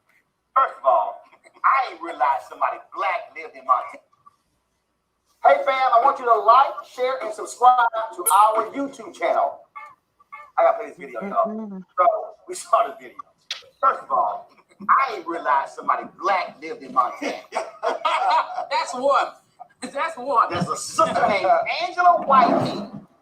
These cops from the Billings, Montana Police Department walked into her apartment without asking Angela's permission. They didn't knock on the door. Woo! He keeps saying apartment, but that's actually her house, her home.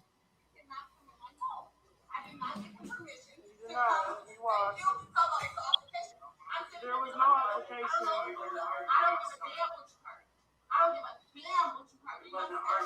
No, because this is my home and this is my property, and I'm telling you, this is my home. That's what I'm telling you. This is my house. I can't see you crazy. I told Dad coming up in my house. You must be crazy.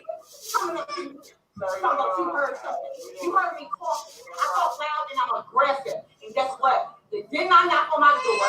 There's no weapons here. There's nothing going on here. And you are violating my rights, sweetheart. Now, tell me that I'm fucking wrong. You can't, but I'm not wrong. You do not come to my home without my permission.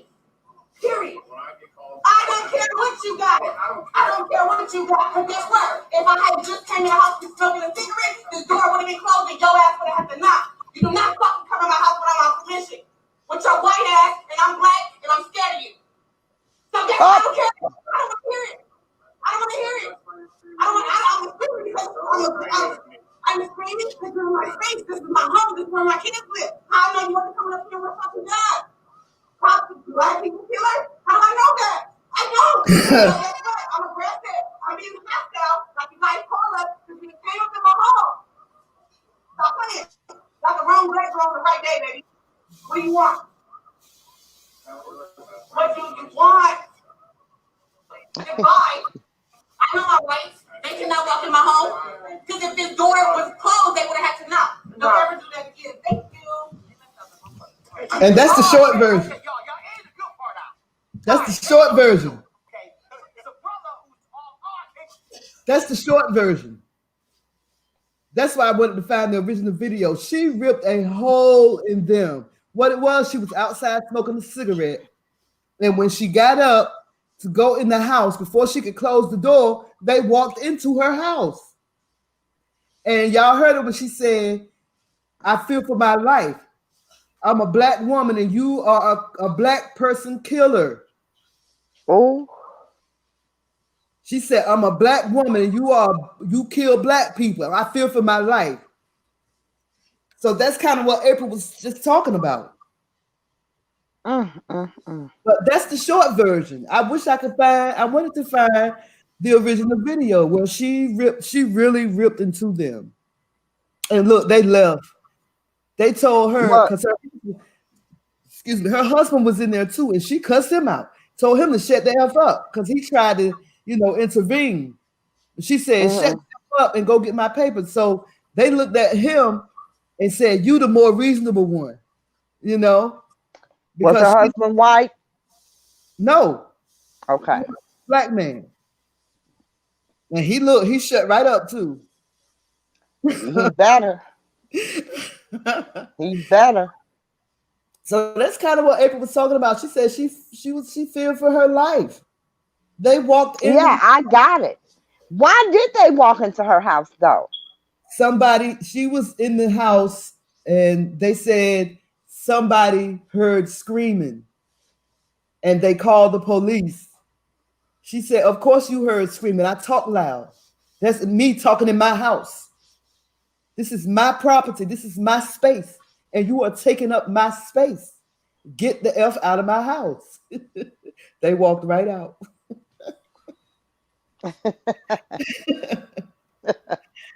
So I think that she was lucky though. Because a lot of times they don't care if they're in your house. They don't care where they are. They could have killed her. They could have killed her in her house. Yeah, I don't know. We have a lot of things happen here in Chicago with the police, but I haven't heard many of them coming in your house. Just walking in like that. No. They can't do that. Right. Especially since I can defend myself on my property, in my property. They can't do that. They might walk in here and get shot. Then what? True. No, you can't do that. You matter of fact, like she said, you can knock on my door. I don't have to open it for you because you're the police. You got a warrant. Oh, come back when you do. Oh, you're not gonna have one. Talk to you later. And she also said, if this door was closed, you would have had to knock. You just don't walk into people's houses like that. If my door was closed, you would have had to knock on my door. Straight up. And you know what? I've had the police come to my house with my door open and they knocked. Right. They didn't even identify themselves. Nope. I've had that happen. I've had the police come to my house with my door wide open and they knock and say police. Well, ladies, y'all know the dude that killed George Floyd is out on a $1 million bail, $1 million bond. Derek Chauvin, that's the one that killed George Floyd. Yeah, Derek Chauvin, yeah. Out of jail. How you say it, Chauvin, right? He is out of jail on a $1 million bond. He posted it and was released last week. Wow, they raised $1 million for him. Huh? Yep. Did they raise $1 million or did he put up some property and stuff? Somebody raised it for him. It's the they had a GoFundMe thing going on for him the day he was arrested. But they took that down. Oh, they did? Oh, yes. Oh, yeah, that's right. They GoFundMe took that down. Yeah. They weren't raising no money for him on there. They sure did. So yeah, he probably got it from the police association. Yeah. He says and the white supremacy groups.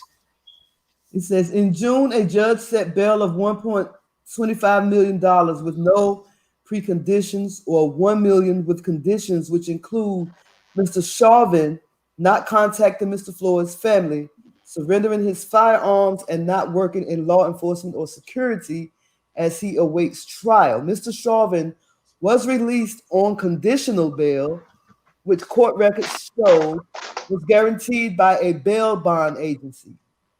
In the U.S., bail bond agents promised to pay authorities the full bail amounts for defendants if they could not afford to do so or fail to appear at court. Yeah. Mr. Chauvin was released from custody shortly before 11:30 last week on Wednesday, according to the Hennepin County Sheriff's Office. Ben Crump, there you go, y'all, civil rights lawyer, representing the Floyd's family, said Mr. Chauvin's release on bail was a painful reminder that we are still far from achieving justice for George. Although George Floyd was denied justice in life, we will not rest until he is afforded full justice in death. Currently, all 4 accused officers are scheduled to face trial together in March, but a judge is considering trying them separately.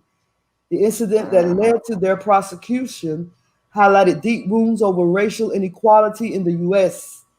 The Black Lives Matter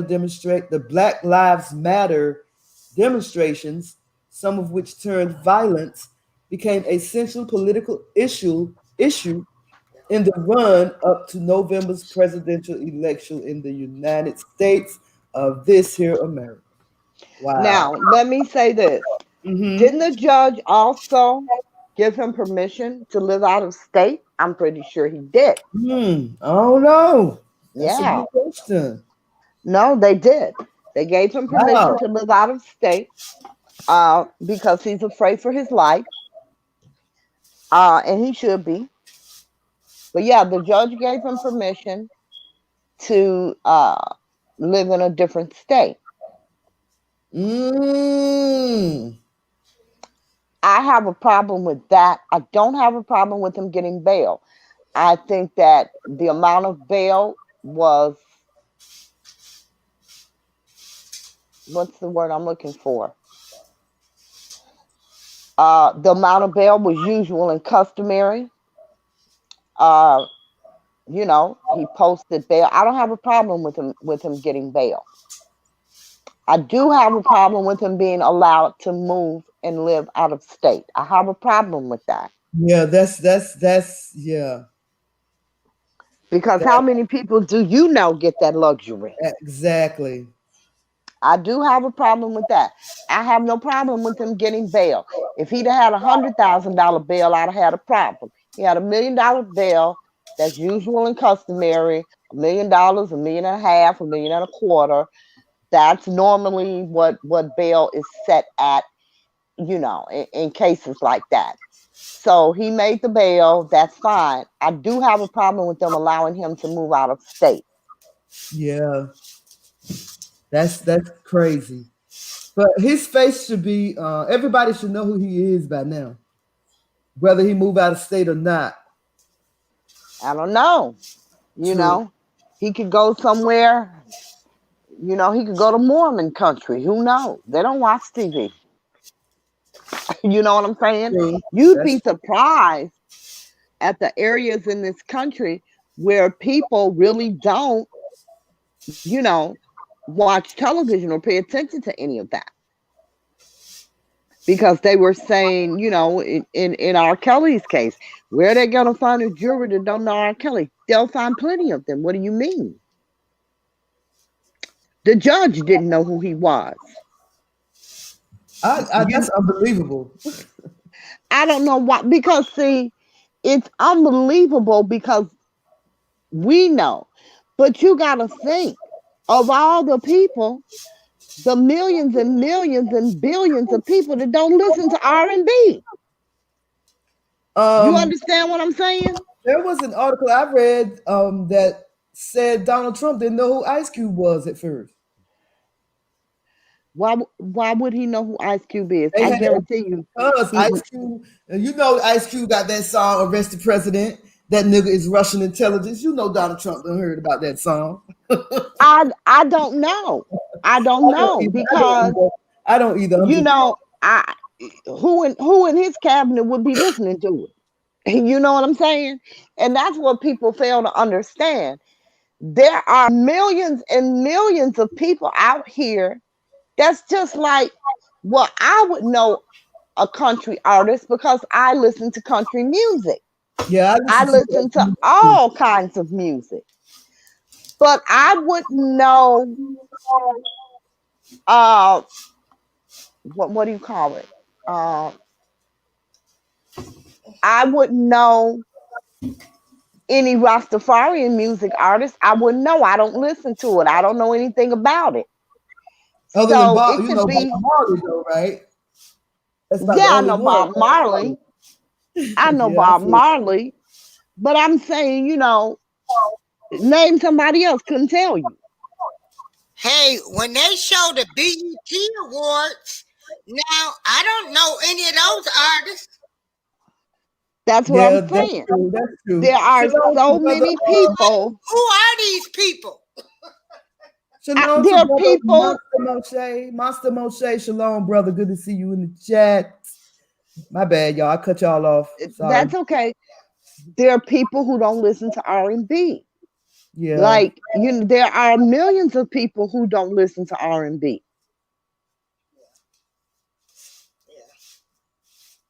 So, you know, there are people who don't watch television. You have so many people in this city that have cut the cable cord that only stream what they watch. You understand what I'm saying? Yeah. And that's people all across the country. So if you're not an R&B fan, how would you know who R. Kelly is? That's true. Because like April said, I don't even know who half of these rappers are these days. I don't know. Exactly. I don't know none of them.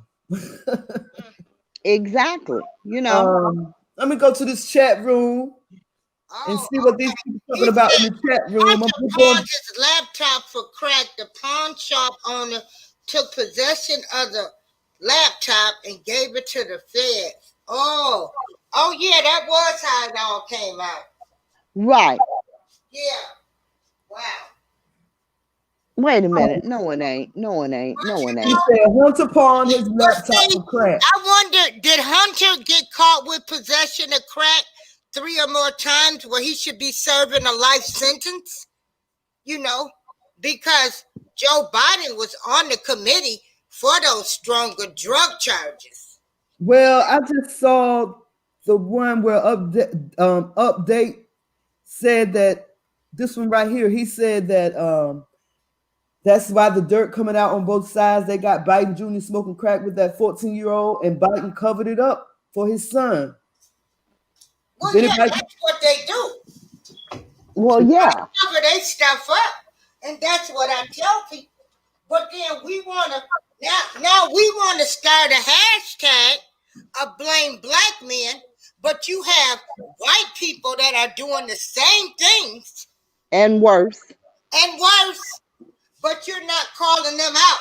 But you want to call out the black man. By the way, I love my black brothers. Me too. I've never dated outside of my race. If you down, I love you. I'm trying to tell you, I love my brothers. Yeah. Get on my damn nerves sometimes, but I love them. Y'all make me sick. Some of you Negroes make me sick, but I love you. He said the laptop. I would never do a hashtag that say blame the black man. Yeah. He said the laptop. I want my brothers to rise up. Yep. I want them to rise up. And I'm telling you, ever since that hashtag, man, I'm gonna try my best to stop bashing brothers. Period. I don't care. Roland Martin, I ain't gonna bash Roland no more. I ain't even gonna bash Roland no more. Yeah. Because I cannot allow my brothers. We got some hardworking brothers out here, and I can't allow some idiot young doodle ball to hashtag blame black men. Yeah, she's ridiculous. I mean, everything we learned from them. She's looking for some attention. She's looking for some likes. That's what she's looking for. I can't. I won't allow it. Most of these politicians' children be doing a lot of dirt, just like their parents. Yeah. Yeah, because first of all, when you're, president or vice president or Nancy Pelosi, you don't have time for your children. And you don't know what they're doing. Because you're never there. I read an article the other day that people was bashing Nancy Pelosi because she was showing how much ice cream she had in her freezer on one of these late night talk shows. People bashed her for that. What is wrong with people? Ice cream and alcohol don't go together. Hey, tell that to But I guess Nancy been drinking so long and strong, it don't bother her. She probably put ice cream in her alcohol. Exactly. Update says, drinking mimosas and Bloody Marys. Update says, LOL, quote of the day. Ooh, I'm going to have to stop watching TV. Y'all the best. Thanks for the blessings and edification. Thank you, brother. Come back soon. Thank you. Yes. Come back soon. And we mild today. We chilling today. Yes. Go back and listen to the other two shows.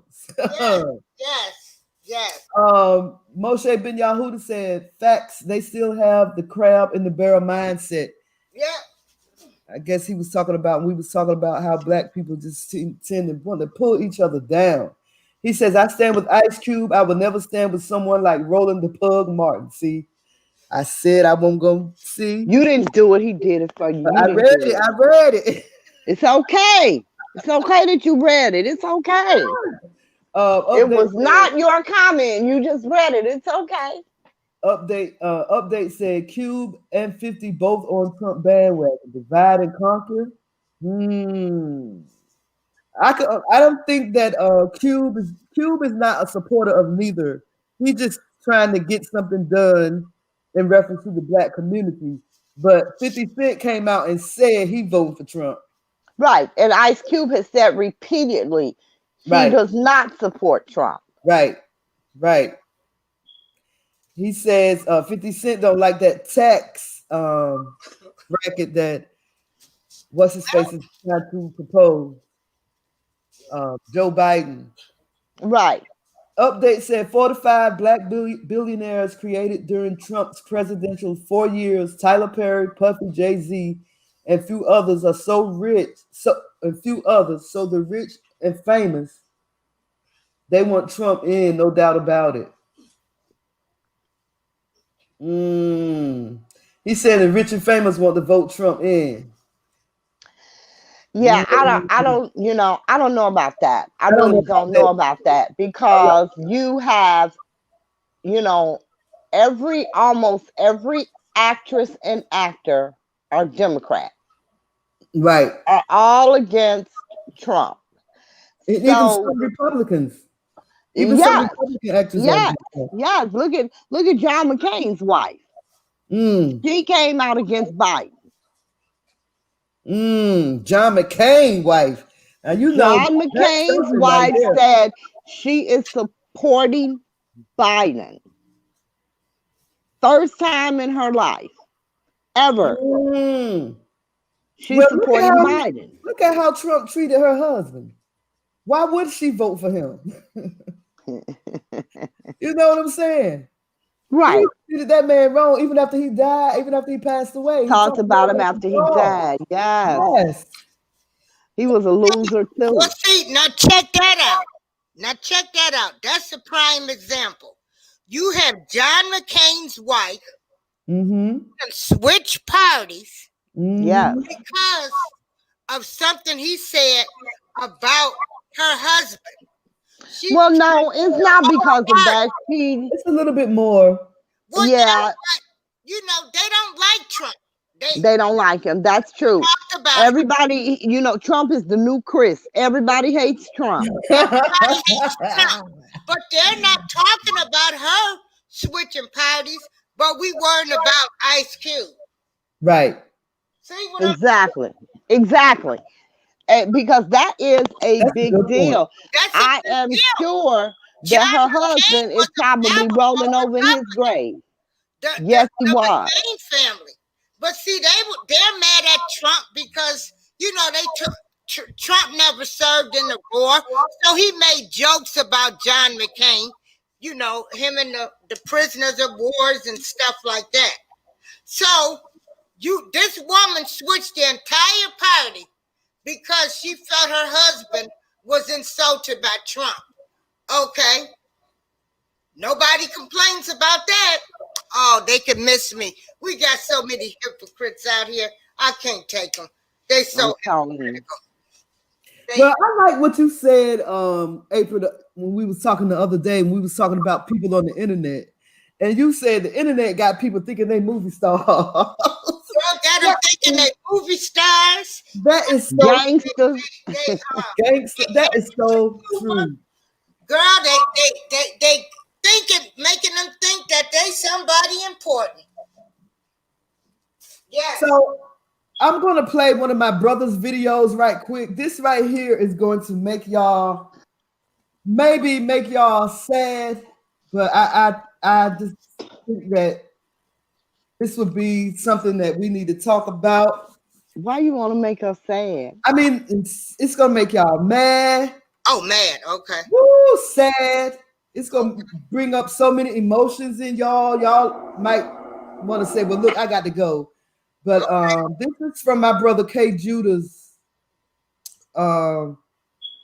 channel. Okay. He did this video. I'm listening. I've been to some of his shows before. Yeah. Because of Ben, he be coming on late. So Yeah, I listen to his shows sometimes. Yeah, he be coming on late. I be having one eye open in his shows. Yeah. Let me see right here. I don't know what's wrong with. I said I wasn't going to bash our brothers, but let me just do this. Don't do it. No, you have to see this, sis. You might want to see this. Okay. It's gonna break your heart. I can guarantee you that. But I don't want my heart broken. It's gonna break your heart. I don't want my heart broken. Can y'all hear it? No. Oh, is this got TV, Dad? Let me turn it up. Let me turn my Bluetooth on. Maybe y'all can hear it. There has been a lot of black men killing their whole families. And I don't hear no camps, no leaders, nobody talking about it. But if there was the black woman killing their husband and their family, they'll be calling the black woman all type of names. Wicked, perverse, nigger woman, all that. Beautiful kids. Nobody is covering the black man killing their whole family. This is like the 5th story I have heard of black men going in their homes and shooting their wife and their kids. They don't kill themselves though, but they do kill the rest of the family, but they leave themselves alive. Why don't you just kill yourself and give them a chance to live their life and the mother to live her life? I want y'all to look at this, family. Beautiful. As I read. Beautiful. Beautiful. Look at those children. Beautiful children. Makita McCleary, 28, was shot and killed in Dallas, Texas on Sunday, October the 18th, 2020. She was murdered by her husband, Ashton Neroy. He shot McCleary 10 times in front of their 3 children because she wanted a divorce after apparently finding out about his extramarital affairs. So you see, he was doing wrong. He wanted a divorce. But watch what a lot of men gonna say. They gonna say, What did she do wrong for him to want a divorce? Let's say, man, she did nothing wrong and he was cheating on her and she wanted a divorce. You still gonna have men say, well, what did she do wrong for him to do what he did? I'm telling you, women, a lot of men. I don't know if y'all heard it, but this dude was cheating on his wife.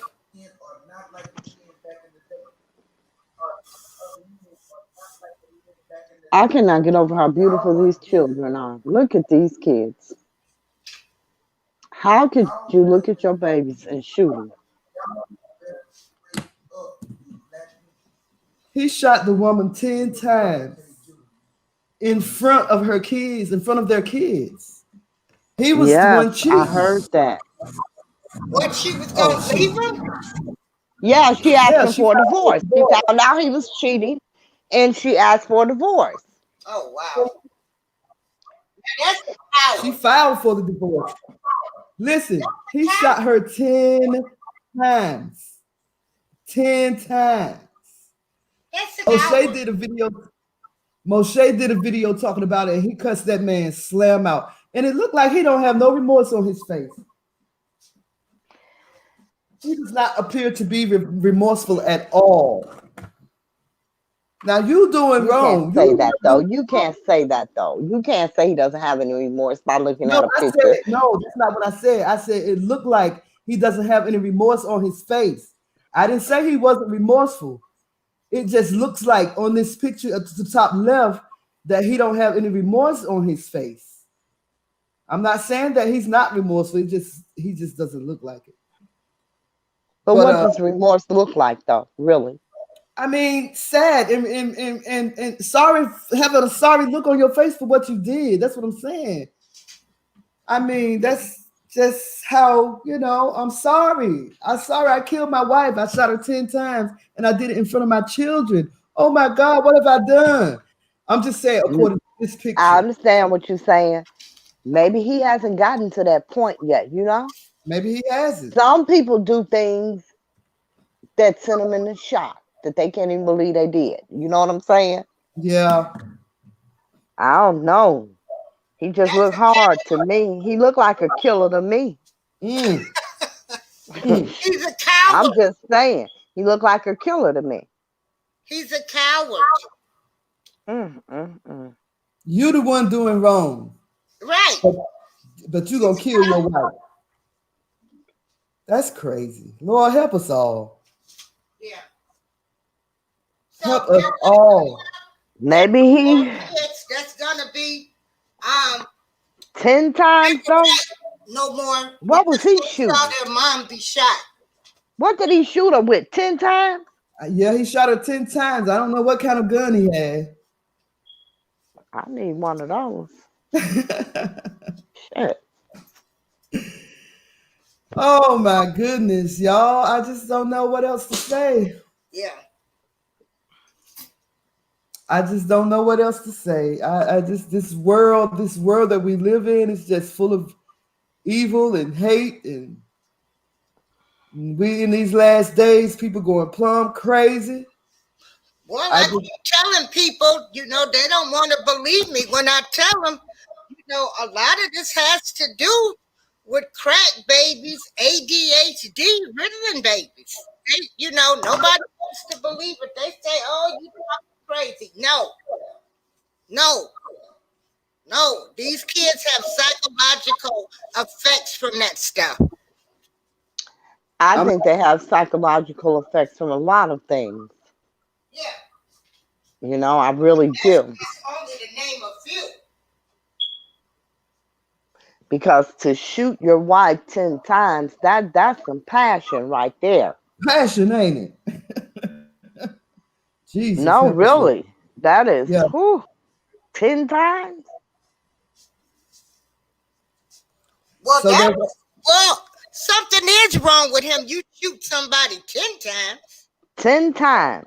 You are crazy. You steady shooting.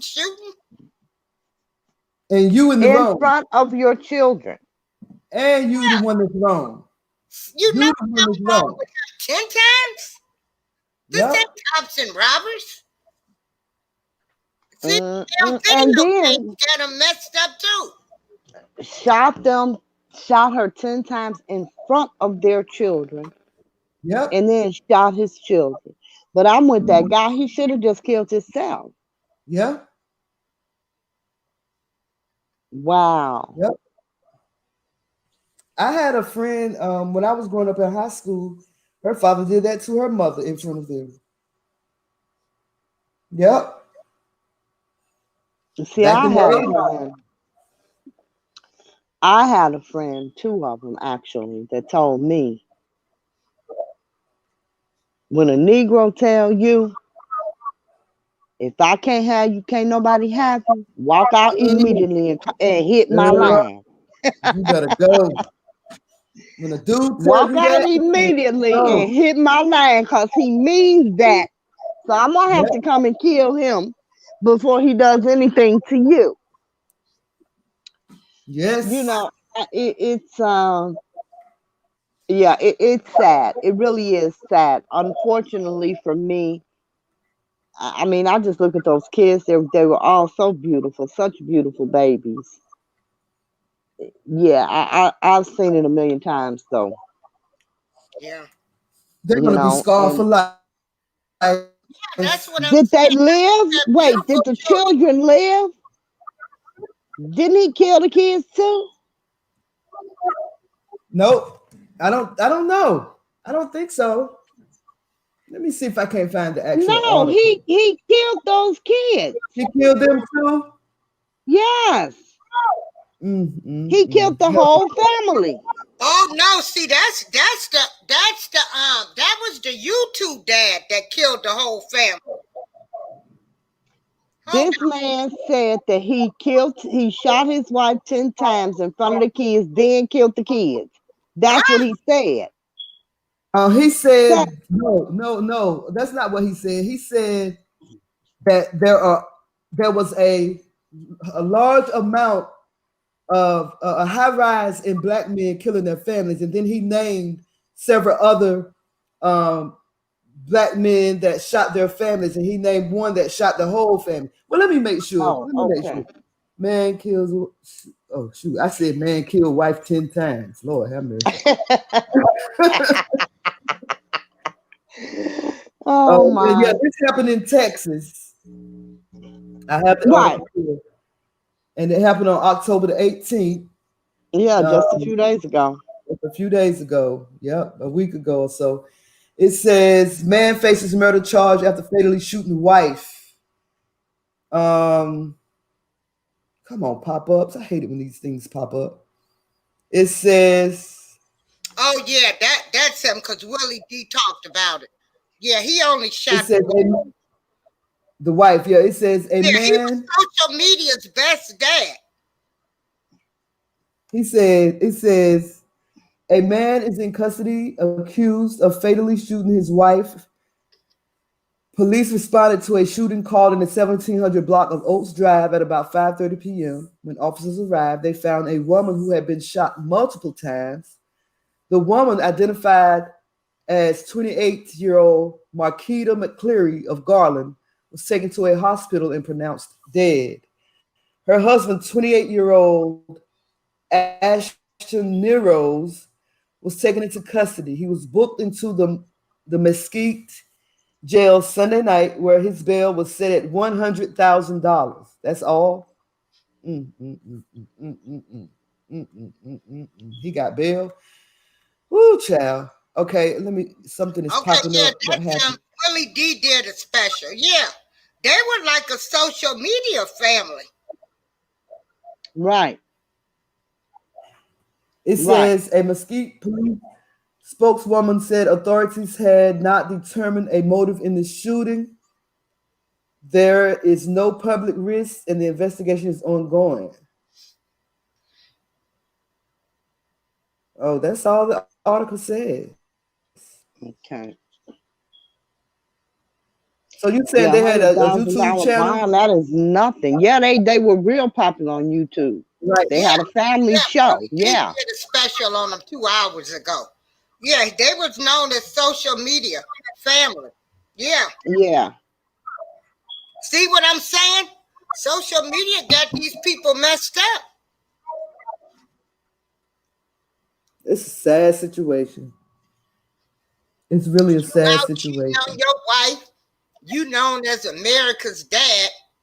She find out about you. Well, so was Bill Cosby. So much for Girl, that. you took the words right out of my mouth. Took the words right out of my mouth. It says, sex man murders wife, allegedly shooting her 10 times in front of their children, in front of their kids after Did you she guys asked see the for a picture of Bill divorce. Cosby that they have floating around? Wait, say that again. The picture of Bill Cosby that they have floating around. His mugshot. Yeah, I saw it. This was a recent picture, I guess. Yeah, I saw What it. about It's his mugshot. Girl, look it up. Bill Cosby latest picture. Girl, he looks a mess.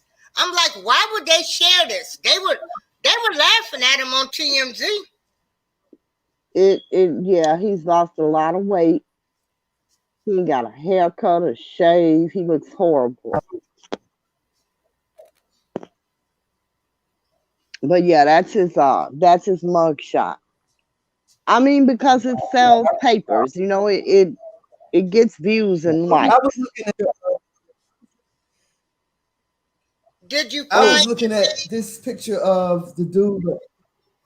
No, I'm still looking at the pictures of the dude that shot his wife. Yeah. Beautiful family. Beautiful family. Yeah. Social media dad. Yeah. Yeah, pull up Bill Cosby. Because that is something. Okay. He looked deranged, really. He do. He really do. How old is Bill I Cosby? had a friend to call me yesterday. How old is Bill Cosby? 84 or something like that? Yeah, 83? 84. 83, 84, yeah. My computer running kind of slow. Bill Cosby new mugshot. Oh my. Well, oh my goodness. Put it up there. Sure. Yeah. Put it up there, girl. He looks deranged. Hold on, because when they showing several pictures of him. Wait a minute, y'all. No, this one, his hair is white. He's lost a lot of weight, and he got a crazy smile on his face. Because if you put in Bill Cosby's new mugshot, no, it's not that one, girl. It look worse than that. No. I put in Bill Cosby's latest photos. No. Put in Bill Cosby's new mugshot. Wait, I think that might be it right there. Hold on. No, that ain't it.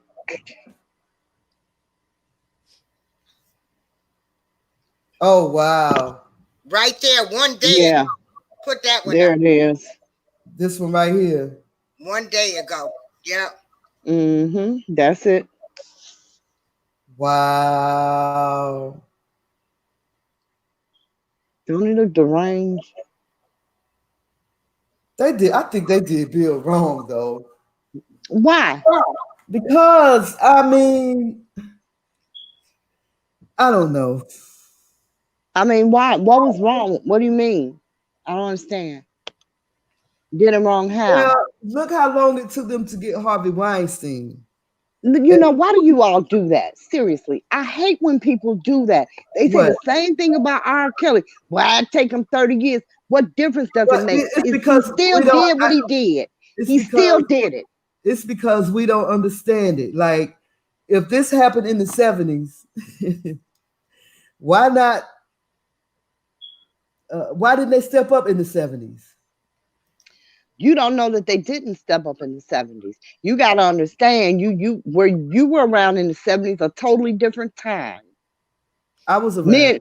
Men could still rape their wives in the 70s. You didn't even have protections against that. a totally different era, a totally different time. Wow. So, you know, someone, and then he was only convicted of one woman. He wasn't convicted for all the rest. He was only convicted on one. So then why was Harvey Weinstein walking around, you know, after he did what he did, had so much freedom?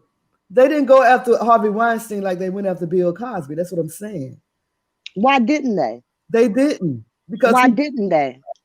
Exactly. No, I'm saying what makes you say they didn't go after him the way they did Bill Cosby? I don't understand that. Because they went after Harvey. When all of his accusations were coming out and people were making claims up against him, he was still out here making money.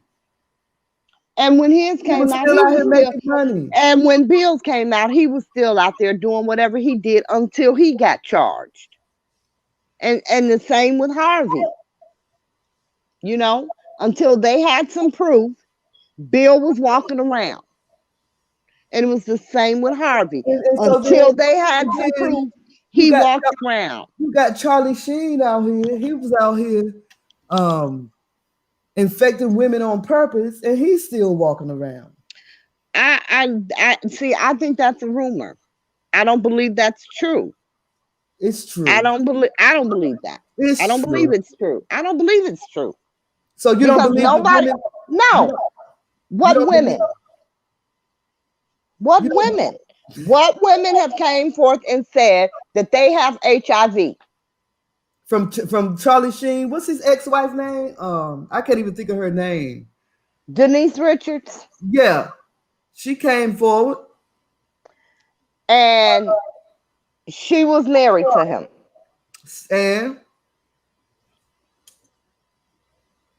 he didn't even know he had HIV when he was with her. He didn't find out till after that. That was his wife. Mm-hmm. He didn't find out he had HIV. They were divorced and fighting over the kids when he found out he had HIV. Mm-hmm. So you're right. No, he was. He had two live-in girlfriends. Remember that? When he found out he had HIV, he had two live-in girlfriends. He and Denise had been divorced. They were in another custody battle. So if your husband doesn't know he has HIV and he gives it to you, I don't understand the problem. He didn't know. What do you say about Corey Feldman that came out against Charlie Sheen? Who is Corey Feldman? I don't know who that is. Corey Feldman is a young star. Excuse me, a young star actor. That has. Is that the one who said that Michael Jackson raped him? Mm-mm. Okay. That's the one that has come out and vowed to call out people in Hollywood that is involved in a child sex ring. I haven't heard about that. He's beginning to name alleged abusers that has been abusing children in Hollywood. And Charlie Sheen was one of his accusers. I mean, he is somebody he accused of sexually abusing him. I haven't heard about that. I wouldn't put anything past anybody when it comes to child abuse. Hollywood is prevalent with it. Always has been. Corey Feldman and Corey Haim, but Corey Haim has since passed away. Both of them, I think, played on. What happened to the one guy where he was raping the boys and all them boys didn't come up dead? What? Who was the white actor where they said you're not talking about Kevin Spacey, are you? Yes. Remember, a few of them boys didn't come up dead. I ain't hear about that. Yeah, hold on, let me. Yeah, I wonder why Kevin Spacey's accusers dead. Yeah, I think two of his. What? Yeah. Wonder why they haven't gotten him yet. That's another one. Kevin Spacey. They're dead. They couldn't testify. What? This was the one. Remember, Kevin Spacey. They wouldn't even charge him because he said he was going to tell on all of Hollywood. Look that up. Yeah, Google that. Kevin Spacey accusers dead. Wow. Let's see. Kevin Spacey accused in new lawsuit. This is a month ago. Kevin Spacey accused of Anthony Rapp, the Broadway actor. So I don't see no headlines. Kevin Spacey. Oh, here's one. Kevin Spacey accuser dies. Oh, okay. Share that. That's what I'm saying. What he died from? Kevin Spacey. He's a actor. No, I know who Kevin Spacey is. but he had I said, what did his accusers die of? I'm getting ready to click on it. I'm getting ready to click on it right now. Scandinavian writer Ari Behn, the ex-husband of Norwegian princess Martha Louise, who accused Kevin Spacey of sexual conduct, died this week. He was 47. Suicide. He died by suicide. And his manager told the Norwegian News that he was found at his home in Norway. The Norwegian royal family said in a written statement that Ben was an important part of our family for many years, and we carry warm and good memories of him. Yeah. Oh. Suicide, huh? Okay. Yeah. Well, Kevin Spacey's still walking around. He's still walking around. But why wouldn't he be though? I don't know. I mean, his accusers came out.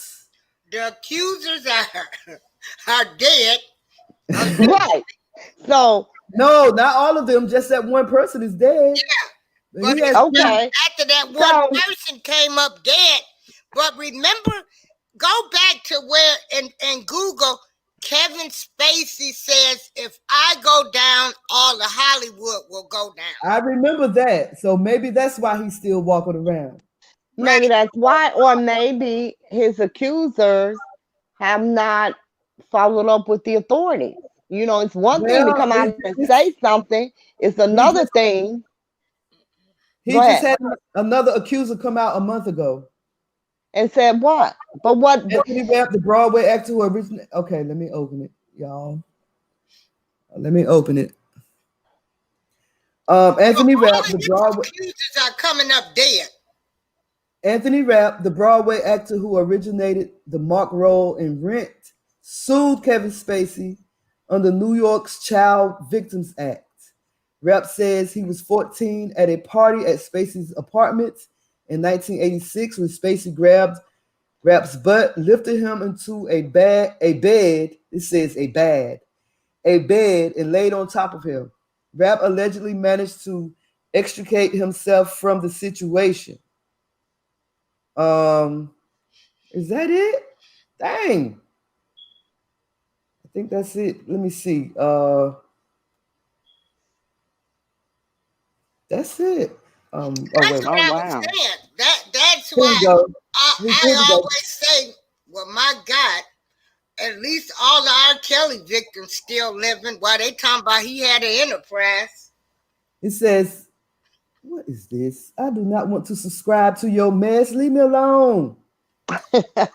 Please, leave me alone. I just want to read the article and go on about my business. Oh, yeah, girl, they be wanting you to pay $1 now to see articles. Right. Jesus. I told you I clicked on that sometimes out of time. Subscribe. No. Kevin Spacey accused of sex offenses against teenagers in a new lawsuit. One of the accusers, Anthony Rapp, the actor, has spoken before. Hold on, let me read the rest of the article, y'all. Dang, damn it. Let me see if I can find Kevin Spacey new lawsuit. I can't find another article because did I say Spacey lawsuit? But he made the statement: if he went down, all of Hollywood was gonna go down. Oh, they Well, dropped maybe it. Go ahead. they did what? Kevin Spacey made the statement. No, I heard that. I was talking to This B. is in 2019. In 2019, somebody dropped a lawsuit against him. Okay. They keep dropping everything because they fear for their life. Now he should be the one that's on the Enterprise. Or Why?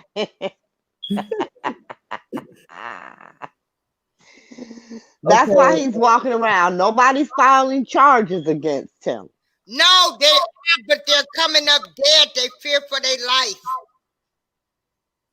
So Anthony Rapp files a lawsuit against Kevin Spacey And for he dropped sexual misconduct. No, this is new. This is just okay. recently, about a month ago. It says, wait a minute now. This is confusing. Oscar-winning Kevin Spacey was accused in a civil lawsuit of sexual assault and battery in the 1980s by actor Anthony Rapp and a second unnamed person when both plaintiffs were about 15. The suit filed in New York State Court in Manhattan refers to the same alleged incident that Rapp first recounted in an October 2017 BuzzFeed interview that triggered Spacey's fall from grace in Hollywood. Spacey did not immediately respond to a request for comments. The actor, who has won Oscars for the films American Beauty and The Usual Suspects, and a Golden Globe for the TV political drama House of Cards, has largely retreated from public life in the past 3 years. Yeah, I ain't seen him in a minute. Spacey in 2017 said he did not remember the encounter Rapp described, but added, "If I did behave, then, as he describes, I owe him the sincerest apology for what would have been deeply inappropriate drunken behavior." Spacey, now 61, came out as gay in 2017. He came out as gay after he was accused and thought that was going to be Came an out excuse. and then he say he apologized. Well, I mean, for his everybody knew he was gay. I He did. just never. Oh yeah, he just Until he never came out. publicly stated it. But that was no secret. It may have been to the what he public, but doing that now. was no secret. Look at what's going on now. What's going on now? Well, he said, "I apologize. I'm sorry because I might have been in a drunken haze." And then in a tweet post, he said, "I have a lot of respect and admiration for Anthony Rapp as an actor. I'm beyond horrified to hear this story. I honestly do not remember the encounter. It would have been over 30 years ago. But if I did behave, then, as he describes, I owe him the sincerest apology for what would have been deeply inappropriate drunken behavior. And I'm sorry for the feelings he describes having carried with him all these years. This story has encouraged me to address other things about my life. I know that there are stories out there about me, and that some have been fueled by the fact that I have been so protective of my privacy. As those closest to me know, in my life, I have had relationships with both men and women. I have loved and had romantic encounters with men throughout my life, and I choose now to live as a gay man. I want to deal with this honestly and openly, and that starts with examining my own behavior." I reckon so. You done got called So out. now he's admitted that I might have raped people in a drunken state. Hey, Yeah. But I'm sorry. I have respect for that. I really do. I have respect for that because he didn't say, he admitted it. And not only that, everybody know, come on, y'all know Kevin Spacey stayed stoned out of his mind. Yeah, but he admitted it after he was called out. But like he said, it was 30 years ago. I don't remember. He could have said, come on, get a man some credit. He could have said it never happened. If he had not been called out, he would never have stepped up to the plate and said, "I did this." He still didn't have, but this is what you're not understanding. He didn't have to step up to the plate and say anything. He could have said like what everybody else said. "I didn't do nothing wrong," like Bill Cosby. "I don't know why I'm going to jail," like Harvey Weinstein. The man did not have to say anything to that effect. He So could have left it at, hey, I was drunk. I you was getting high back then. I don't remember 30 years ago. He could have left it at that. wait a minute. Okay, Bill Cosby.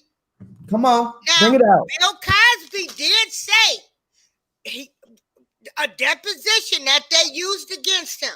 He said, back in the day, I was the pill man, and I Yep. gave the women dope, drugs, and that's what they did. And they still found him guilty. Okay, you can stop right there because that ain't all that it said. Come on, let's come with the real. In his deposition, in that rape charge, okay, where they let him walk with an admittance of guilt, he said that he gave women drugs in hopes to sleep with them. He said that he admitted to that. That's what got him convicted. His very own deposition in his former rape case. Okay, but he admitted he did what Kevin did. He took responsibility. And he's still locked up. He didn't. No. There's no. I'm sorry. There's a major difference in what Bill did and what Kevin did. Bill took responsibility so he wouldn't go to jail. Bill was in court on rape charges. Okay? He took responsibility as a backdoor plea to go free. Kevin's charge. Well, it did work back then. It did work. See, Bill been raping women since the 50s and 60s. And Kevin Spacey been raping little boys since 50s and 60s, probably. But again, he ain't in a court of law. He ain't been charged with anything. He about to be. So he may be. But what I'm saying is, I'm sorry. You know, I don't do the double standard thing. Mm-hmm. You cannot say that what Weinstein came out and said and what Bill came out and said was anything like what Kevin came out and said. It was not. Both of them were charged and going to court. And they still admitted nothing. Kevin didn't have to. I'm with you on that because you understand what I'm saying? I was Bill Cosby. Didn't have to. I would not have admitted to anything. I'm sorry. Kevin didn't have. Well, he had to admit to it in order not to go to jail. So when did this happen? When did he? That was years ago. Look, all Bill did was rape white women. So, that's all he did. So what landed him in jail? Was the last lady that he raped. The lady with the afro? What lady with what afro? Bill didn't rape black women. Let me tell you something. She was white. She was white and had an afro. That's what I'm talking about. I don't know. I don't know what she looked like. The one that got him. The one that they charged him with. The tall lady. That's the one that That's the one that they charged him with. Is that the one they charged him with? Yes. Yeah, the one, and then she said she couldn't even remember. I don't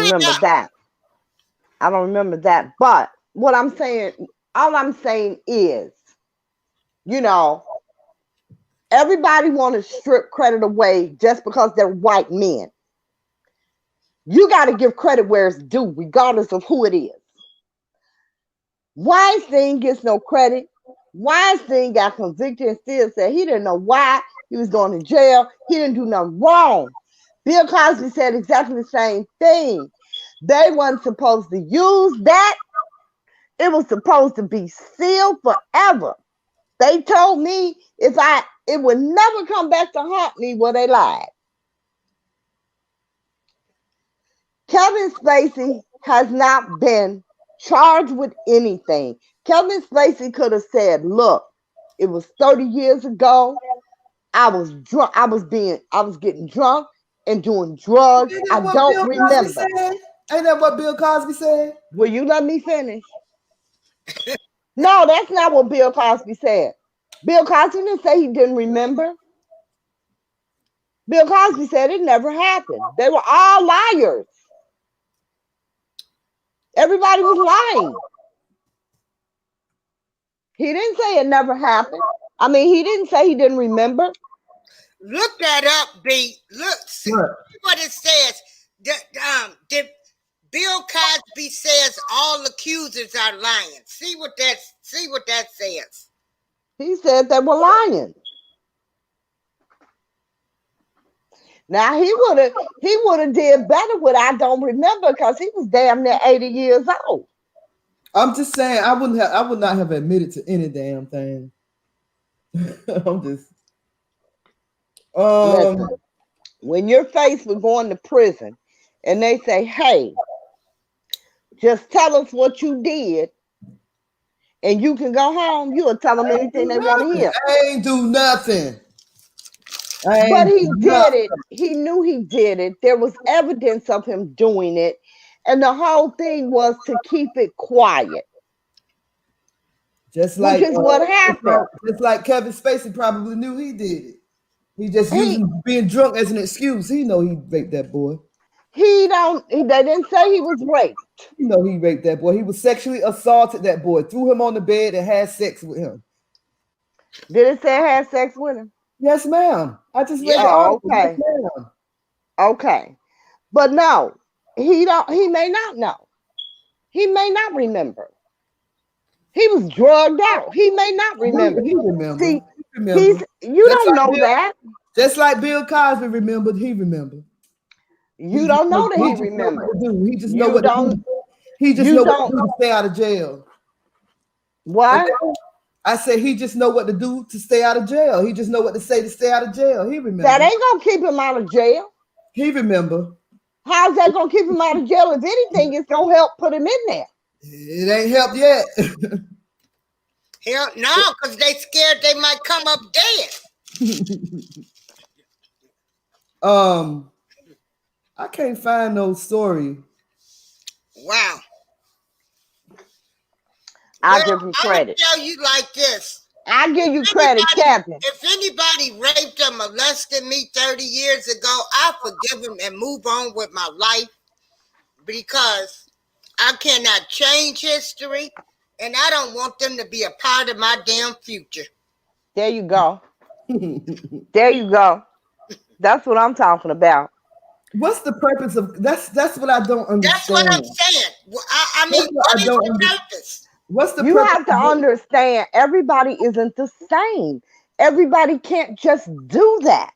Everybody is not the same. You have some people who are traumatized from whatever event it is their entire lives. But you know, everybody's psyche is not the same. Pardon me? I guess that's just me. Why not do something? What do you mean? Do something like what? This is me. If I know that this is me, something that happened to me 10 years ago is causing me to not function well in my future life, I'm gonna do something about it. Well, that's what they're doing, aren't they?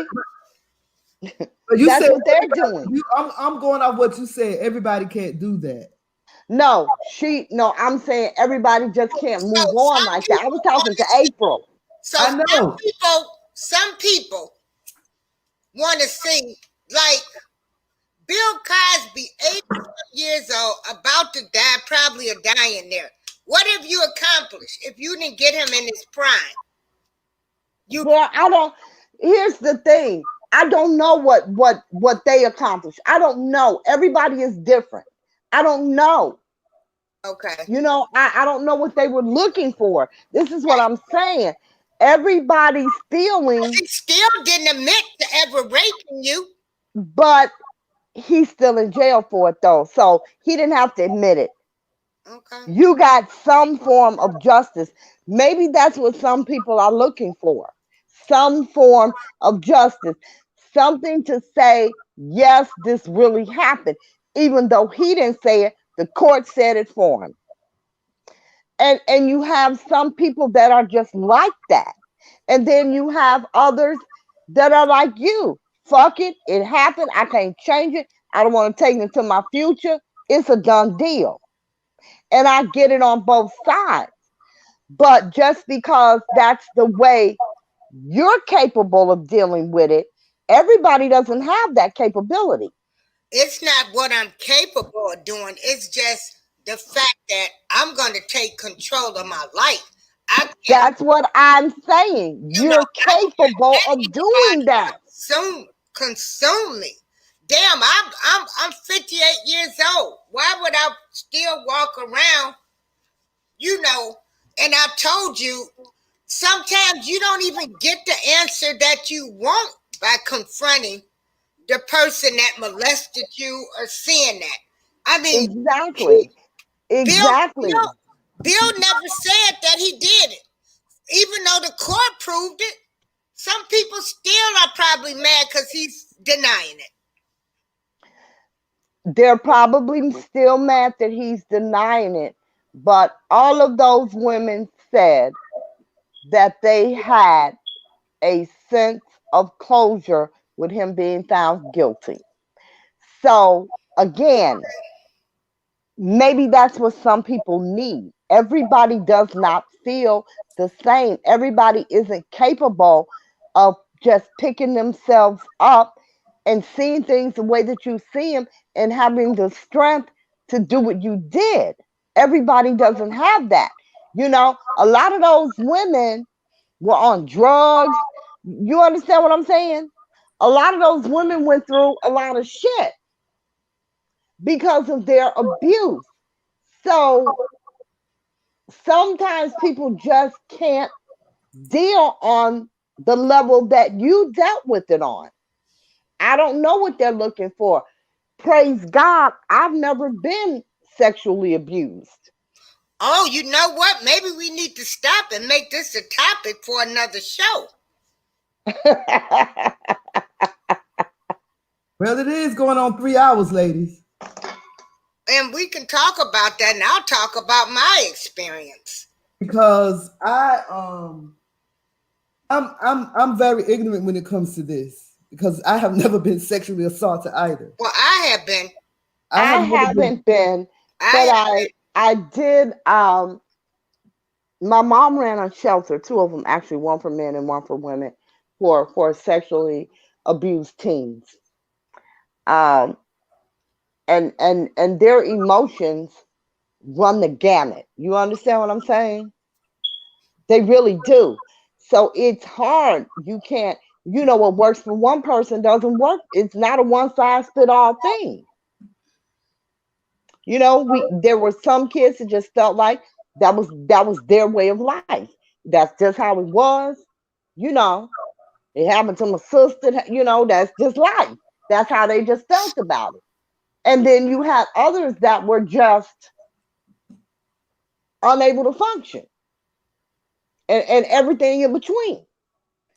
So, you know, I don't know personally. Isn't that what about anything in life?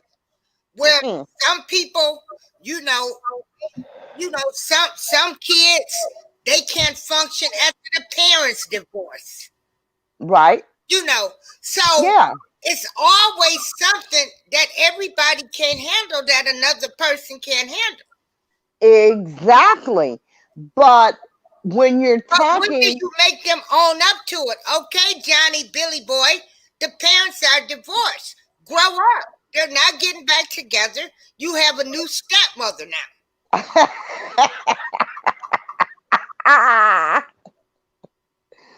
Yeah. Am I right? I mean, it's the same principle. It's the same principle, but it's a different thing. Some people are traumatized from parents being divorced. Some people are traumatized from parents being divorced, but that is an emotional trauma that many children go through during divorce. You know, half the country get divorced. So that's something a lot of kids go through.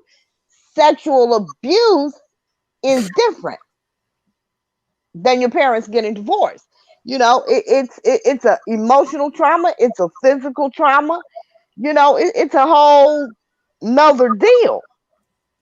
But you're right. Everybody handles every situation differently. You're absolutely correct. You know, you have some people who are in marriages and their husband has cheated the whole time and they accept that. You have others like my girl who got shot 10 times. Nigga, you cheating, it's time to go. You know? Okay. All right. Well, this has been a good session. I got to get up and finish cleaning up my house. I'm so glad. I have to I'm start. so glad we have people now that are following us in the show. Our views Yes. are going up, and I'm just glad, and the likes are going up. I'm just so glad that I'm able to be with some women that we can disagree to agree. You always say it backwards, April. It's agree to disagree. And we can Always say it still, backwards. you know, we can still look at stuff from different angles, you know, and we can still respect everybody's opinion and not be mad with each other, Absolutely. not gotta call names, not gotta say, give it up, sister. Sister, are you still on this? Girl, I'm telling you, I'm so sick of the Facebook folks, and I know they back here listening, and I don't care. They in the bushes. They in the They in the bushes. Hey, bush people, we love you. And I know they in the bushes. Yeah. We love you, bush people. Come Yeah, anytime. we love you. Because and hit that like button, won't you? Yeah. Because the last show that B did, I think it had like 80 something views. So yeah, we're coming up. They in the bushes. They listening. Okay, yeah. Well, come back and I'll trim the bushes for you next week. Yeah, because I will be in Chicago. So tell our viewers what our name's gonna be now. I don't know. We got to come together. The three of us got to come together. My husband said something about the Lioness living room or something like that. Oh, I like it. I like it. Girl, you better listen to your co-host in the other room. Yeah, let's do that. Lioness living room. I don't know. I like it. Yeah. We're gonna have to come together and talk about it. I like it. We're only into 3 hours. So this is what I was thinking. Monday, Wednesdays, and Fridays would be our 3 days. Okay. Mondays, Wednesdays, and Fridays. That'll give us time to come up with stories or whatever it is we want to talk about. Okay. Yes. So let's pick this up again on You Friday. know what? Wait a minute. I have an idea. Yes. Is there anything that our listeners would like for us to talk about? Would you rather talk about your ideas backstage or talk about them now? Backstage meaning offline. Yes. I'm sorry. Okay, yes. Yeah. So let's just stay in the show and then we'll still be backstage. Okay, so do y'all our views, the Black People Mad with Ice Cube got 73 views.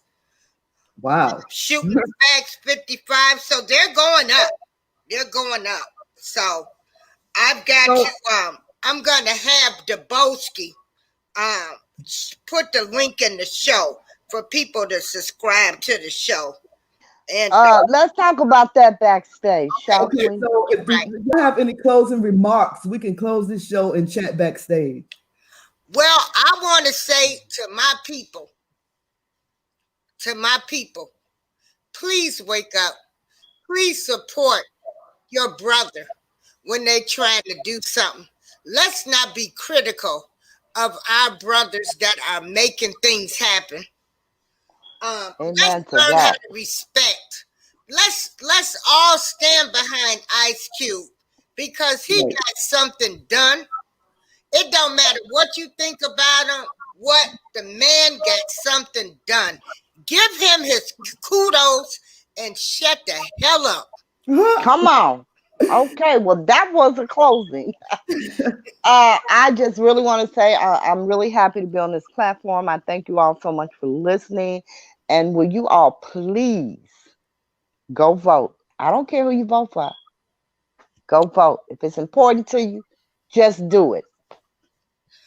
Right. Well, I'm still debating. And I've made up my mind. I might change it again tomorrow, y'all, but today it's made up. I'm gonna vote. I just want to say, let's stop bashing people because of who they voting for, or even when they decide not to vote. It's a personal choice. I was reading an article about Kirstie Alley from Cheers, how she's saying people are bashing her because she's a Trump supporter. Leave people the hell alone. Right. And let them live. This is the United States of this here America, where we have rights to do and freedom to do what we choose. Yes. And with that being said, these are the lioness ladies of the living room, honey. Come on. Yes. We're going to close this out. We're going to close this show out, and we're going to see you guys back on Friday, same time, same place. And I hope y'all check us out. It's your girl, B Sparrow, BTR, DTR, Truth Radio. Holla if you hear me. Okay. And so we're going to stay